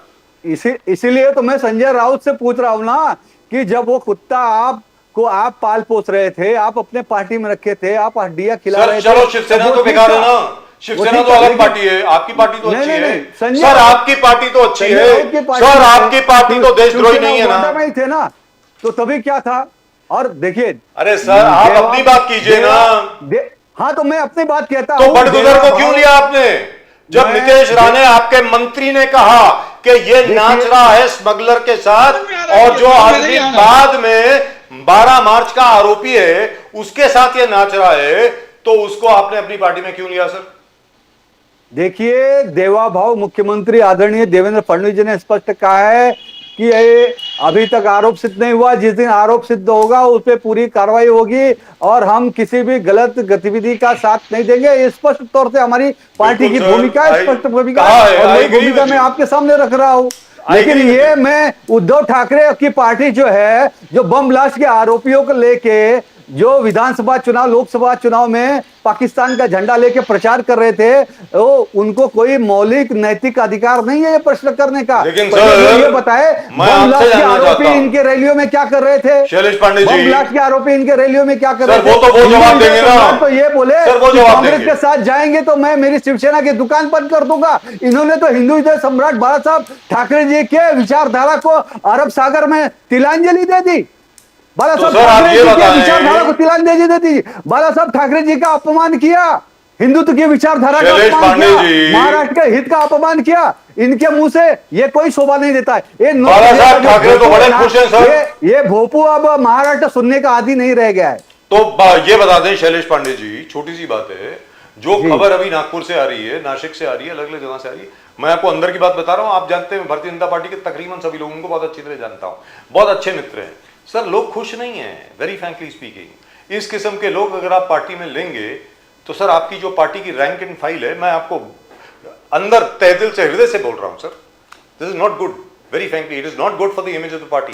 वास्तविकता में आप जो इन्वेस्टिगेशन है उसको फास्ट ट्रैक पर करिए, और अगर ये शख्स जो है इसको क्लीन चिट मिलती है तो क्लीन चिट दे दीजिए, सीधी बात है, नो प्रॉब्लम, वेरी गुड। और क्लीन चिट अगर नहीं मिलती है तो इनको बाहर करिए सर। सर पार्टी की इमेज बहुत खराब होती है, मैं सीधी बात बोल रहा हूं आपको, अपने दिल से बोल रहा हूं मैं। क्योंकि एक तरफ मंत्री जी बोल रहे हैं ये सलीम कुत्ते के साथ नाच रहा है और उसी आदमी को आप अंदर ले रहे हैं, मतलब very frankly I find it strange. जी द्विवेदी जी, आप कुछ बोलना चाह रहे थे, बोलिए। देखिए, आरोप ये लगाएंगे, महाराष्ट्र हो चाहे पश्चिम बंगाल हो चाहे आपका दिल्ली हो चाहे कहीं भी हो, पूरे भारतवर्ष में अरविंद केजरीवाल को डाल देंगे जेल में, शिबू झारखंड में जेल में मुख्यमंत्री को डाल देंगे। जेल में डालने के बाद कोर्टें कहती साहब इनके ऊपर तो आरोप की कुछ चीजें ही दिखाई नहीं पड़ रही है, वो सीबीआई को और ईडी को झाड़ते हैं, लेकिन इन्होंने आरोप लगा दिया उनके ऊपर। अब आप आइए दूसरी बात पे, अजीत दादा पवार को कौन कहता था जब शरद पवार जी के साथ में थे कि चक्की पी सिंह, उनके ऊपर आरोप कोई सिद्ध तो हुए नहीं थे, लेकिन आरोप कौन लगाता था? माननीय मोदी जी मध्य प्रदेश में जाके 70,000 घोटालेबाज किसे कहते थे? आज आप कह रहे साहब कि वो सही है, उनको आपने मुख्यमंत्री बना दिया। आज आप उनके, जब आपने मुख्यमंत्री बना दिया तो ईडी की औकात है या सीबीआई का औकात है उनके खिलाफ कार्रवाई करने की? इनके मंत्री कहते हैं जब से बीजेपी में आ गए हैं कम से कम रात में ढंग से सो रहे हैं। जब हम थे तो हम सो नहीं पाते थे, लेकिन जब बीजेपी हमने वॉशिंग मशीन में घुल के जब आए हम तो मुझे बड़ी अच्छी नींद आ रही है। तो क्या सब देश के लिए है, महाराज जनता के लिए क्या है? आप अभी कभी कुछ कहते हैं, जब 700 लोग बलिदान हो जाते हैं किसान हमारे, तब आप कहते हैं साहब ये कानून सही नहीं है, इसको हम वापस ले रहे हैं। तो ये सब चीजें, तमाम चीजें ऐसी हैं, नोटबंदी होगी, आतंकवाद खत्म हो जाएगा। सर एक छोटी सी बात बोलो, सॉरी द्विवेदी जी, एक छोटी सी बात। मैं उधर गया सिंघू बॉर्डर के ऊपर दिल्ली के पास, जहां पर किसानों का, तथाकथित किसानों की का इतना बड़ा एजिटेशन चल रहा था। सर मेरी एक बात सुनिए, छोटी सी बात है सर, किसानों को किसी ने जबरन नहीं कहा था कि आप आकर के वहां के कड़ाके की ठंड के अंदर बच्चों को लेकर के, बूढ़ों को लेकर के वहां पे बैठ जाएं। सर किसी ने नहीं बोला था, आप खुद आए थे। तो there is a risk involve. नहीं सर, नहीं, ये देयर इज, सर शहीद कोई नहीं हुआ। Let's be very clear sir, एक बार अगर आप पॉलिटिकल एजिटेशन में सड़क पर उतरते हैं, then it is your choice, it is your responsibility also. No. सरकार की रिस्पॉन्सिबिलिटी नहीं। सॉरी, मैं इस बात क्या की ठीक है, आपकी बात sir. So you and I माफी पे मांगता हूँ सो यू एंड आई मैं माफी मांगता हूँ जी, बोलिए। यहाँ पे हर व्यक्ति को, अगर वो कानून गलत थे तो जब वो धरना दे रहे थे उस समय वो कानून क्यों नहीं हटाए गए? सर मैं मानता हूँ कि वो कानून गलत नहीं थे कि कड़ाके की सर्दी और उनको दोबारा लाना चाहिए। तो क्या माननीय प्रधानमंत्री ने उस इनकी एक मंत्री वो तो छोड़ दीजिए, आप अकाली दल के एक मंत्री से इस्तीफा दिया, ठीक है, काले कानून जो कानून 3 कानून हटा दीजिए, उस समय समझ नहीं आया। आप कह रहे थे उन्हें धरना नहीं देना चाहिए था, तो हम बोले दिया आपने। जनता में ये हो जाए सर कि विपक्षी मर जाए, जनता भी मर जाए, सब बैठ जाए, जो भारतीय जनता पार्टी करे वो सही है। मतलब आप कहना तो यही हुआ ना हम धरना करें, ना हम प्रदर्शन करें, ना कुछ करें, हम ना विपक्षी के खिलाफ बोले कि भाई क्यों चले गए वहां पे। सर लोकदल और भारतीय जनता पार्टी का, लोकदल, राष्ट्रीय लोकदल और भारतीय जनता पार्टी का जब जेल भरो आंदोलन हुआ था उत्तर प्रदेश में 1983-84 में, मैं आपको बता दूं ना जाने कितने भारतीय जनता पार्टी और समाजवादी पार्टी, जो अब समाजवादी पार्टी है, उस वक्त राष्ट्रीय लोकदल के लोग जो हैं वो मरे। किसी ने आकर के ये तो नहीं बोला कि वो शहीद हो गए। सीधी सादी बात है सर, आप अगर एजिटेशन करेंगे there is a risk involved in everything, and in my personal opinion I know this is a very unpopular opinion. आज की तारीख में नहीं, बहुत अनपॉपुलर है। मैं बोल रहा हूं आपको सर, मैं 1982 से जर्नलिस्ट हूं, याद रख लीजिए, ये फार्म लॉज जो हैं, ये किसानी कानून जो हैं, these are the only laws which can save agriculture in India. आज की तारीख में हमारा जो कृषि उद्योग है, it is staring a disaster, और आप लोगों की वजह से we have not been able to implement these laws. अब आप बोलें सर, बोलिए द्विवेदी जी।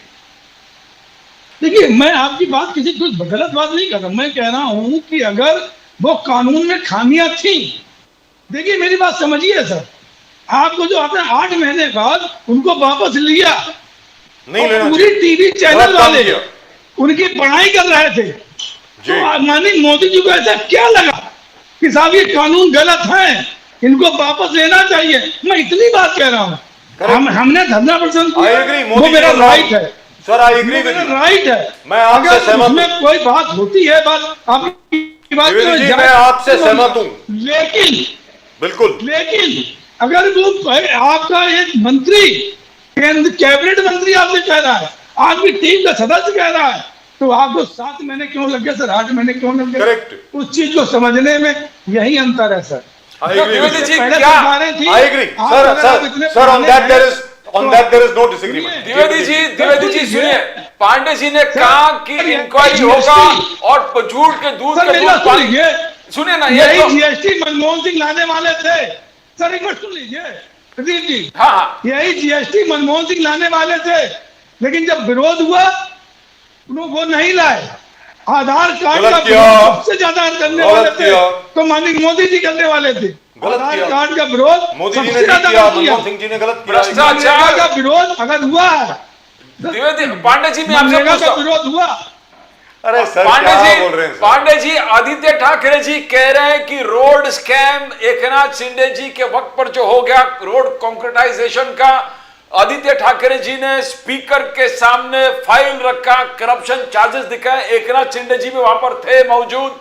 स्पीकर ने कहा कि तुरंत इन्वेस्टिगेशन होगा और हर चीज अभी तक लटका हुआ है, अभी तक लटका हुआ है। कोई इंक्वायरी, कोई चीज जो द्विवेदी जी कह रहा है, अजित पवार जी का क्या हुआ, वो भी क्लीन चिट, रविंद्र वाइकर जी का, उसका भी क्लीन चिट, सुप्रीम कोर्ट में आपने फाइल कर दिया कि म्युनिसिपैलिटी का लैंड है, कोई गलत नहीं।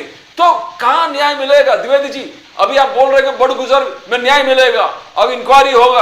आप ही पांडे जी, आप ही सफाई देवी को द्विवेदी जी बोल दिए। पांडे जी, क्या न्याय मिलेगा, क्या इन्वेस्टिगेशन होगा? अब तक सब आपके वॉशिंग मशीन में यही चार्ज है, आपके वॉशिंग मशीन में आने के बाद सब चार्जेस धुल जाते हैं। पांडे जी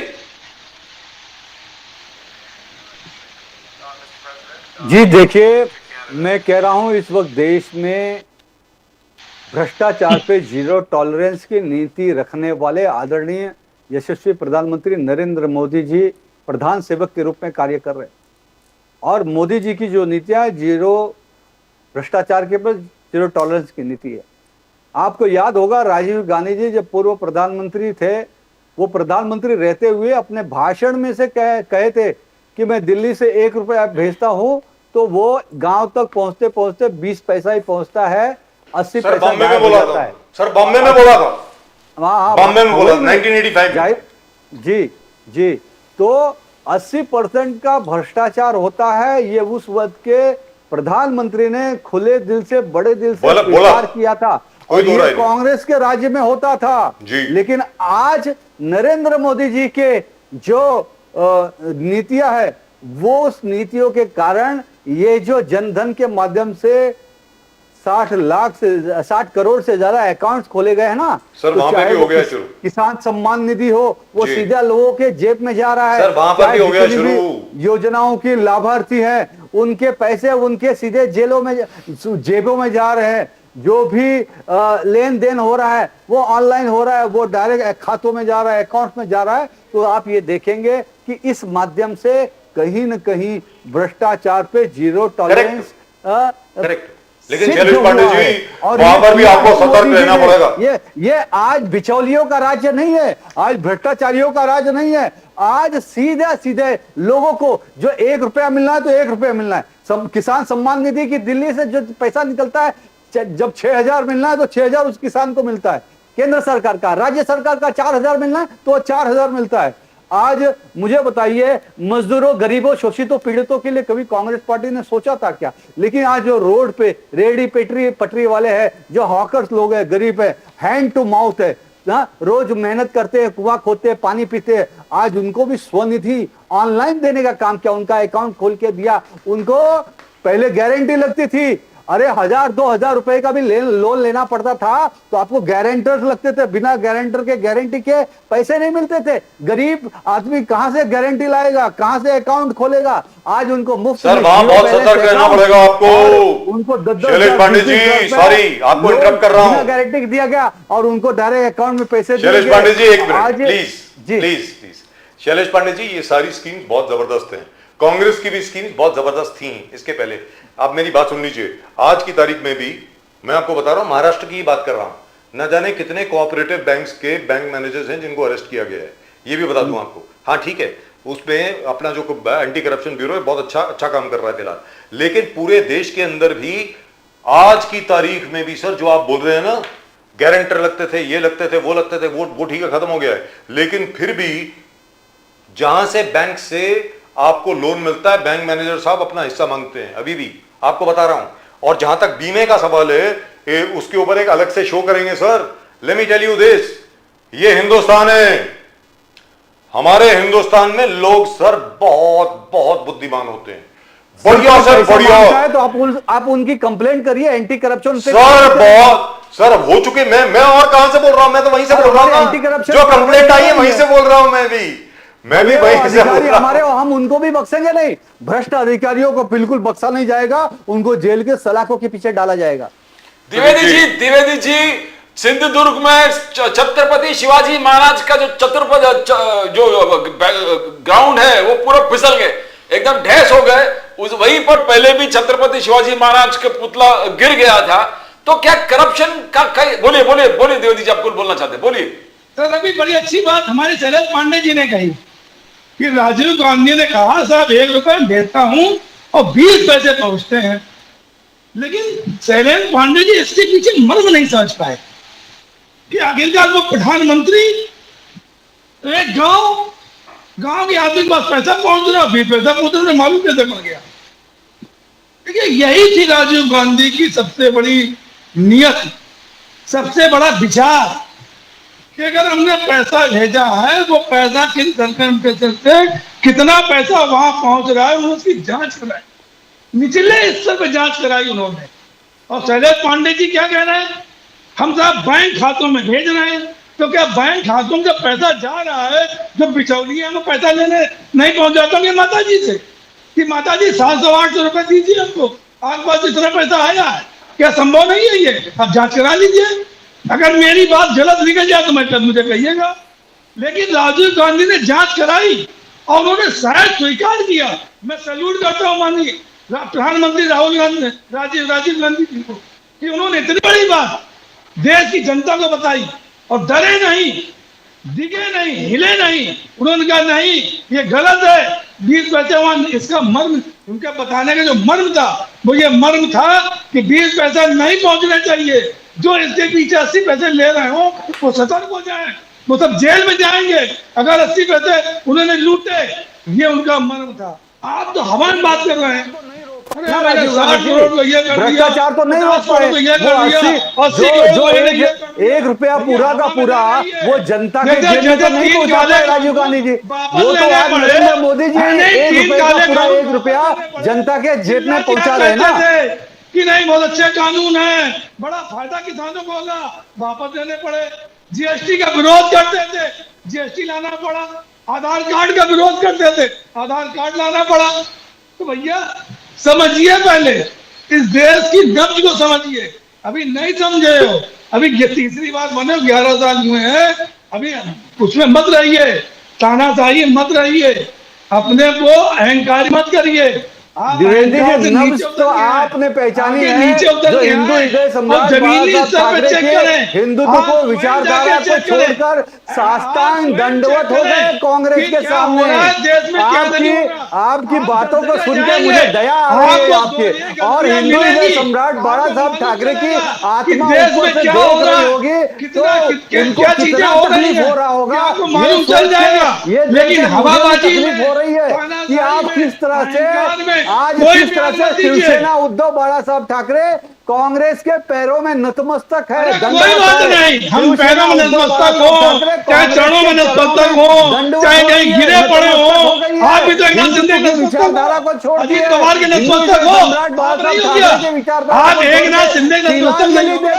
अजीत हो रहा है आपकी बातों को सुन के, बहुत दुख हो रहा है। हिंदू हृदय सम्राट बाला साहब ठाकरे की आत्मा को बहुत दुखी पहुंचा है उद्धव ठाकरे ने और आप भगवान सद्बुद्धि मैं तो ये बोलूंगा भगवान भगवान सद्बुद्धि दे।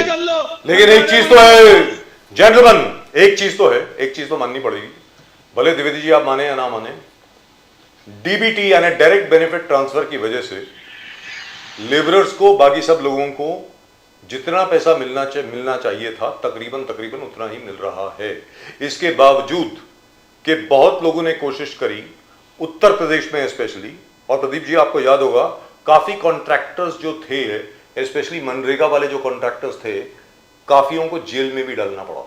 क्योंकि जो द्विवेदी जी बोल रहे हैं ना सर अभी, पांडे जी, कि कॉन्ट्रैक्टर जाते थे, जैसे ही उनको मालूम पड़ जाता था कि इनके अकाउंट में पैसा आ गया है, वो आके बोलते थे अच्छा भाई इतना इधर दे दो। उनमें से काफी लोगों को 150 कॉन्ट्रैक्टर्स को जेल में डाला गया।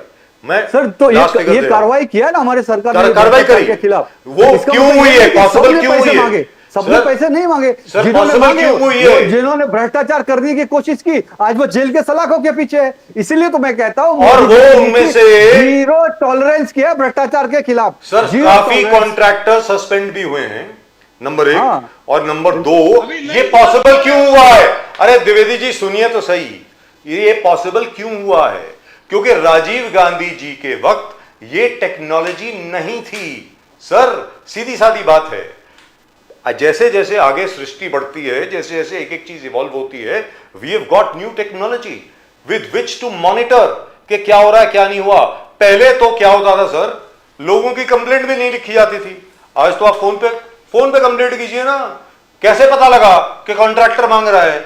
लोगों ने उनको ट्रैप किया, उनका हाँ हम आपको ट्रांसफर कर देते हैं, आपको ट्रांसफर, और कॉन्ट्रैक्टर के अकाउंट में ट्रांसफर किया, पकड़ा गया। सीधी सादी बात है। पहले कहां होता सर? पहले तो मोबाइल फोन भी नहीं होते थे। आज क्या बात कर रहे हैं? मोदी साहब का कहना है आधा घंटा। द्विवेदी जी सुनिए, ये टैगलाइन है, आधा घंटे में पूरे डीबीटी लोगों के अकाउंट में पहुंच रहे। ये नया स्लोगन है, हाफ एन आवर, आधा घंटे में पूरे कोई भी मिशन हो, पीएम किसान हो, अलग अलग जो भी व्यवस्था इन्होंने बनाया, आधा घंटे में ट्रांसफर होता है। बट पांडे जी, चबूतरा जो गिर गया सिंधुदुर्ग में छत्रपति शिवाजी महाराज के, आपका कहना था कि 100 साल तक ये बरकरार रहेगा। 3-4 महीने में चबूतरा धस गया। इससे पहले वहीं पर मूर्ति गिर गया था, छत्रपति शिवाजी महाराज के भव्य मूर्ति। तो करप्शन कहां तक है? ये सर सॉइल टेस्टिंग नहीं हुई वहां पे। कहां ये करप्शन का एक बहुत बड़ा संदेह यूबीटी द्विवेदी जी हंस रहे बिकॉज उद्धव ठाकरे जी ने ये मुद्दा उठाया, कांग्रेस ने भी मुद्दा उठाया। करप्शन कब खत्म होगा पांडे जी? नहीं, देखिए मैंने पहले भी कहा कि हमारे भारतीय जनता पार्टी और महायुति सरकार की नीति है भ्रष्टाचार मुक्त भारत की, और इस तरह से कोई भी काम हो रहा है तो उस पर पूरी कठोर कार्रवाई की जाएगी। सर, अब soil ये testing जो नहीं हुई विषय वहां है, पे। इस विषय में जमीन का विषय क्या था या क्या गड़बड़ी हुई, क्या बातें हुई, उसकी पूरी इंक्वायरी हो रही है, और जो सर, भी उसके जल्दबाजी कारण भी किया है। सामने आएंगे उस पर कठोर कार्रवाई होगी। सर वहां पर बन ही नहीं बिल्कुल सकता रिकॉर्डिंग करिए। जैसे एकनाथ शिंदे ने जो परिवहन निगम में घोटाला किया था, उसकी देवेंद्र फडणवीस जी ने एफआईआर दर्ज कराई। क्या हुआ उसमें आज तक भाई साहब? क्या हुआ उसमें भाई? सर वो जगह जो है कितने करोड़ का था वो मैटर? सर कितने जहां करोड़ का पर मैटर आप था? क्या हुआ उसमें? सर जहां पर आप बेटा, छत्रपति शिवाजी महाराज का पुतला ये भी जहां पर टेंडर लगाना फिक्स हो जाएगा चाहते हैं। सर। अरे देवी जी जीरो क्या बोल रहे टॉलरेंस हैं तो में दीजिए। भ्रष्टाचार मुक्त भारत। सर, आप कोर्ट में जाइए ना। भ्रष्टाचार मुक्त भारत, भ्रष्टाचारी सब अंदर, भ्रष्टाचारी मुक्त हो ही गया भारत। Correct. जब भ्रष्टाचारी अंदर तो उधर भ्रष्टाचारी जब अंदर आ गए तो बाहर खाली। Thank you sir. सबसे बढ़िया मैं कुछ फार्मूला बोल लूं? निकाल लिया। अरे सर ये भ्रष्टाचार जांच है। खत्म करने का। आपका भ्रष्टाचार भ्रष्टाचारी मुंबई अंदर। महानगर पालिका में बात पूरा नहीं होती है सर। दुनिया ने देखा सर, है, आप भी और पार्टनर आज थे आप उसमें। वही भ्रष्टाचार नहीं कर पा रहे, इसलिए सर, आप भी पार्टनर थे उसमें। अब मुंबई में भी भ्रष्टाचार खत्म हो शिवसेना गया का सर। भ्रष्टाचार बिल्कुल चलने नहीं आप देंगे। लगाओ आने वाले मुंबई मसीह महानगर में पालिका में अंदर भारतीय ले जनता आओ। पार्टी का भ्रष्टाचार कमल खत्म, खिलेगा, जीरो टॉयलेट, और भ्रष्टाचार के खिलाफ जीरो भ्रष्टाचार टॉयलेट। मुक्त बनाएंगे। द्विवेदी जी, शैलेश पांडे जी, एक छोटी सी बात मैं आपके सामने रखना चाहता हूं सर। आप 8:30 बज गया सर। सर देवेंद्र फडणवीस, मालूम है सर, देवेंद्र फडणवीस तक जी आप पहुंचा दीजिए। सर जिस जगह पर आप चबूतरा लगाना चाहते हैं ना, नेवी के बहुत अच्छे दोस्त हैं हमारे, और काफी मतलब मेरे भतीजे भांजे वगैरह वहां नेवी में है सर, वहां पर नहीं बन सकता सर। वो सॉइल जो है, वहां मिट्टी जो है वो बिल्कुल बुरा है वहां पे। Sir you have to look for a different place. एक लोकेशन आपको अलग करनी पड़ेगी, वहां पे ढह जाएगी। आप जो भी चीज वहां पे लगाएंगे ढह जाएगी sir. You have to look for a different place, और उसकी सॉइल टेस्टिंग कराइए। Very fact. राजीव जी, मैं आपके इस विचार को, संदेश को मैं देवेंद्र जी तक सर विचार पहुंचाऊंगा, नहीं है, इट्स अ फैक्ट। उसको सर उचित उसमें किसी कार्रवाई की गलती होगी। नहीं है। राजीव मैं अभी जी, बता रहा हूं आपको। राजीव जी, सर एक second sir, please 1 second sir, उसमें किसी की गलती नहीं है। मैं आपको फिर बोल रहा हूं, आप जितना मर्जी कोशिश वहां पे कर लें, वहां पर जो भी चीज आप लगाएंगे, छत्रपति शिवाजी का महाराज का पुतला छोड़ दीजिए, वहां पर आप एक फाउंटेन लगा लीजिए, वो फाउंटेन भी गिर जाएगा सर। एक स्ट्रीट लाइट लगा लीजिए, लैंप लगा लीजिए वहां पे, वो भी ढस जाएगा। I am not joking sir, please don't नहीं, इवन ट्राई इट। आप एकदम दुरुस्त कर रहे हैं राजीव जी। देखिए, जगह, स्थिति, परिस्थिति, पर्यावरण, मौसम और ये सारी चीजें बहुत Sir, ही don't be मायने in a रखती hurry. हैं कि वहां की जमीन कैसा है, वहां का मौसम कैसा Sir, है, वहां you की learn स्थिति परिस्थिति something. कैसे है, उस हिसाब से कोई काम होना पांडे चाहिए। इस बात जी, से आपसे agree हूं मैं। पांडे जी और Dwivedi ji, you learn something Rajiv from जी, बाला 10 साहब second. Thackeray Rajiv, and 10 from second, 10 second, sir एक 10 सेकंड, सेकंड। सर मैं आ रहा हूं आपके वहां पे पास। 10 सेकंड सर मैं मैं आप जा रहा हूं, सर वहां 10 पे सेकंड पाई- क्यों, आप 10 मिनट लो, 1 मिनट। सिर्फ शैलेश पांडे जी को जाना है, आपको तो नहीं जाना वहां ना। बिना फाइलिंग सर के एक कोई भी आप मिनट, बनाएंगे, आप सॉइल टेस्ट करा लीजिए, फाइलिंग करानी पड़ेगी वहां पे। अब कितने फाइलिंग से भी नहीं होगा। ये आपको फाइलिंग नहीं होगा। मिट्टी जो चेक करेगा बता देगा आपको। सर नहीं होगा बिना फाइलिंग सर। के ऊपर अगर आपको सॉइल फाउंडेशन सर बनाना वहां है, सॉइल तो टेस्टिंग सर रिपोर्ट जिसने भी फाइल करी है, उस बंदे को खड़ा कर दो सामने, उसको बोलो कि भैया तूने क्या फाइल किया ये बता दे। नंबर 1। नंबर 2, शैलेश पांडे जी और द्विवेदी जी, ये 2 चीजें हैं जो बाला साहब ठाकरे से और नरेंद्र मोदी जी से सीखनी चाहिए। 2 चीजें हैं, क्या है वो दोनों चीजें? एक तो अपने विचारों पे अड़ग रहिए, नंबर 1। नंबर 2, सब्र से काम लीजिए। सर अभी क्या हो रहा है, क्योंकि लास्ट टाइम वहां पे छत्रपति शिवाजी महाराज का जो पुतला बनाया गया था, जल्दबाजी में बनाया गया था, एक बेचारा जो सेट डिजाइनर है उसको दे दिया गया था, उसके बस की बात नहीं है। तो आप लोग प्रेशर में आ गए सर, प्रेशर में मत आइए। आप जैसे कल जो मोदी जी ने किया है ना, व्हाइट हाउस से इन्विटेशन आया, पर्सनल इन्विटेशन, ट्रंप साहब बोल रहे हैं यार व्हाइट हाउस आ जाओ। जैसे प्रदीप जी अभी बोल रहे थे, कौन सा वर्ल्ड लीडर है जो नो कहेगा? प्रधानमंत्री जी ने कहा thank you but no thank you, मैं चल रहा हूं। इसी तरीके से आपकी सरकार हो या द्विवेदी जी की सरकार हो, हर एक को करना चाहिए, वही काम करना चाहिए जो ठीक है, प्रेशर में नहीं आना चाहिए। Which is why today India is where it is. Thank you gentlemen, thank you very much for joining us, and once again Dwivedi ji, congratulations to you on the foundation day of the Shiv Sena. Thank you very much sir. आपका भी बहुत बहुत शुक्रिया धन्यवाद sir. Sir. और पांडे जी आपको मुबारक हो, Trump का इनविटेशन मोदी साहब ने ठुकरा दिया। आपको भी मुबारक हो, सारे देश को बहुत बहुत बधाई कि हमें ऐसा फौलादी प्रधानमंत्री मिला हुआ है। और नरेंद्र मोदी जिंदाबाद, नरेंद्र सर अब मोदी। बहुत जल्दी ऑपरेशन आगे सिंदूर पार्ट 2 शुरू होने वाला है सर।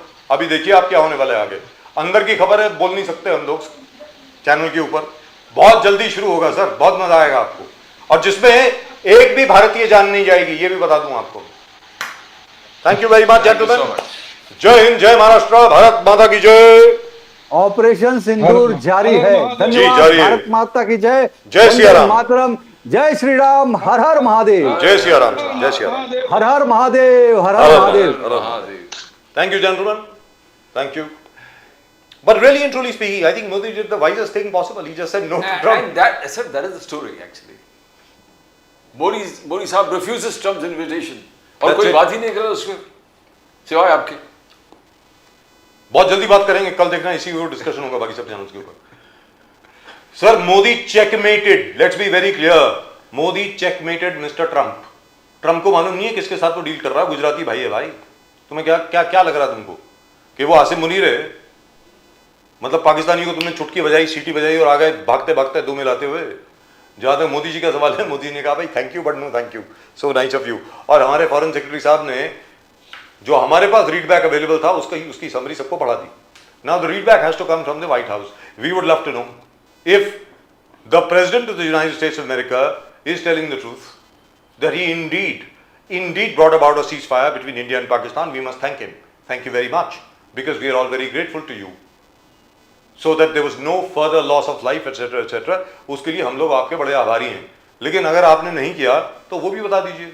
हमारे लोग तो कह रहे हैं कि आपने नहीं किया, हमने आपकी बात नहीं सुनी। आपने बोला जरूर होगा, लेकिन पाकिस्तान का जो director general of military operations है, उसने हमारे डीजीएमओ आर्मी से बात करी तो जाकर के सीज फायर हुई, वरना सीज फायर नहीं होती। सीधी सादी बात है सर।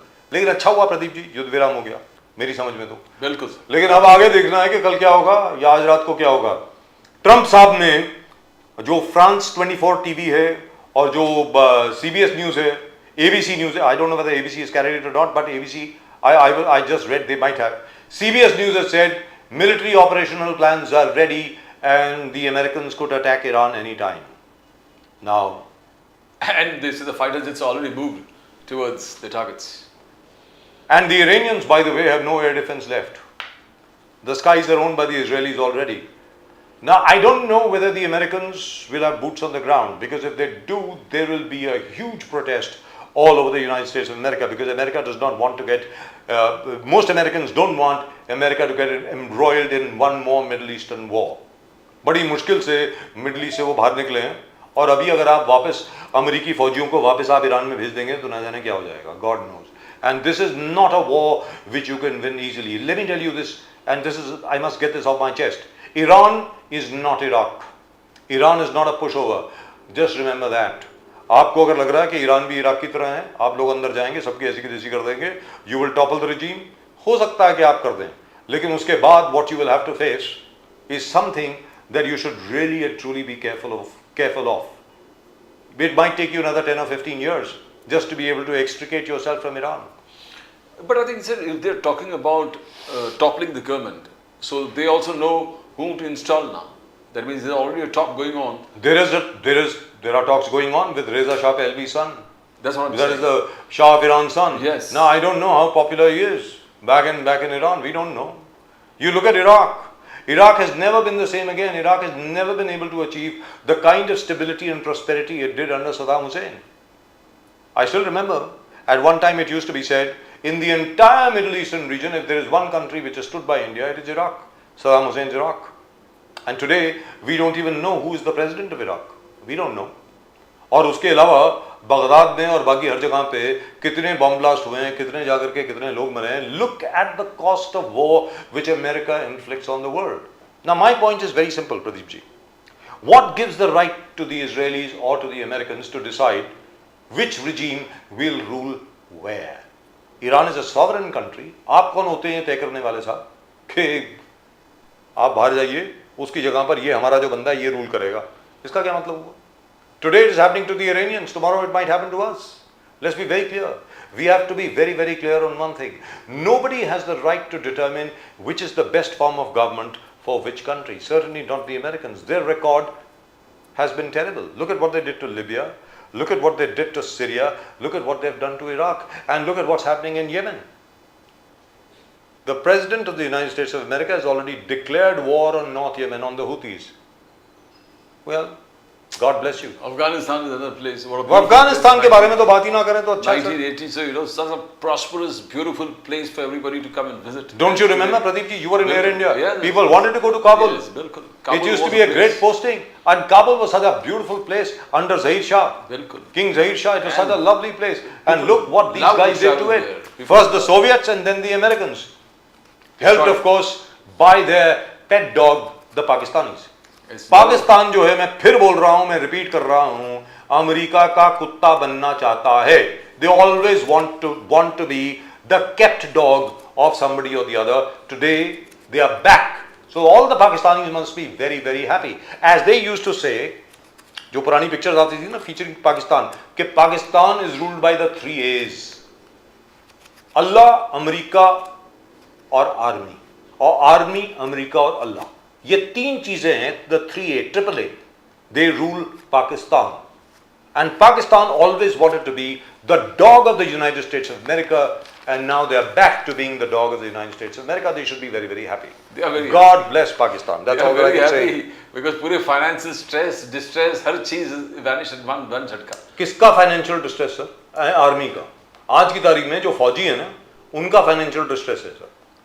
और जैसे आपने बोला, whom is he talking to? He is talking to the newly promoted field marshal Asim Munir. He is not talking to the Prime Minister of Pakistan. तो प्राइम मिनिस्टर ऑफ पाकिस्तान कौन है? आसिम मुनीर का चपरासी. सीधी बात है ना sir. And Trump knows where power lies. That's it. Well, thank God we don't have anybody like all these people that we have mentioned over here. We are India. और जैसे अभी अभी अमेरिकन डिफेंस एक्सपर्ट्स ने कहा कि जहां तक India का सवाल है, the military power of India is frightening. That's what they said. Now, when Operation Sindoor Part 2 starts, you won't be just frightened, you'll be terrified. Because something new is coming your way, and it will be such that you will never, ever, ever be able to guess that what this is. And remember, you heard it right here first. That's it, that's all we've got for you in tonight's show. आपने अगर channel को अभी तक subscribe नहीं किया तो please करें. Please do subscribe to the channel. The fastest growing channel of the nation, Nation Now. The fastest growing channel of the nation, Nation Now. From both Pradeep ji and myself, आप सब लोगों को नमस्कार. जय हिंद, जय महाराष्ट्र, जय भवानी, जय शिवाजी, वंदे मातरम. Vande Mataram. भारत माता की जय, जय हिंद. Jai Hind.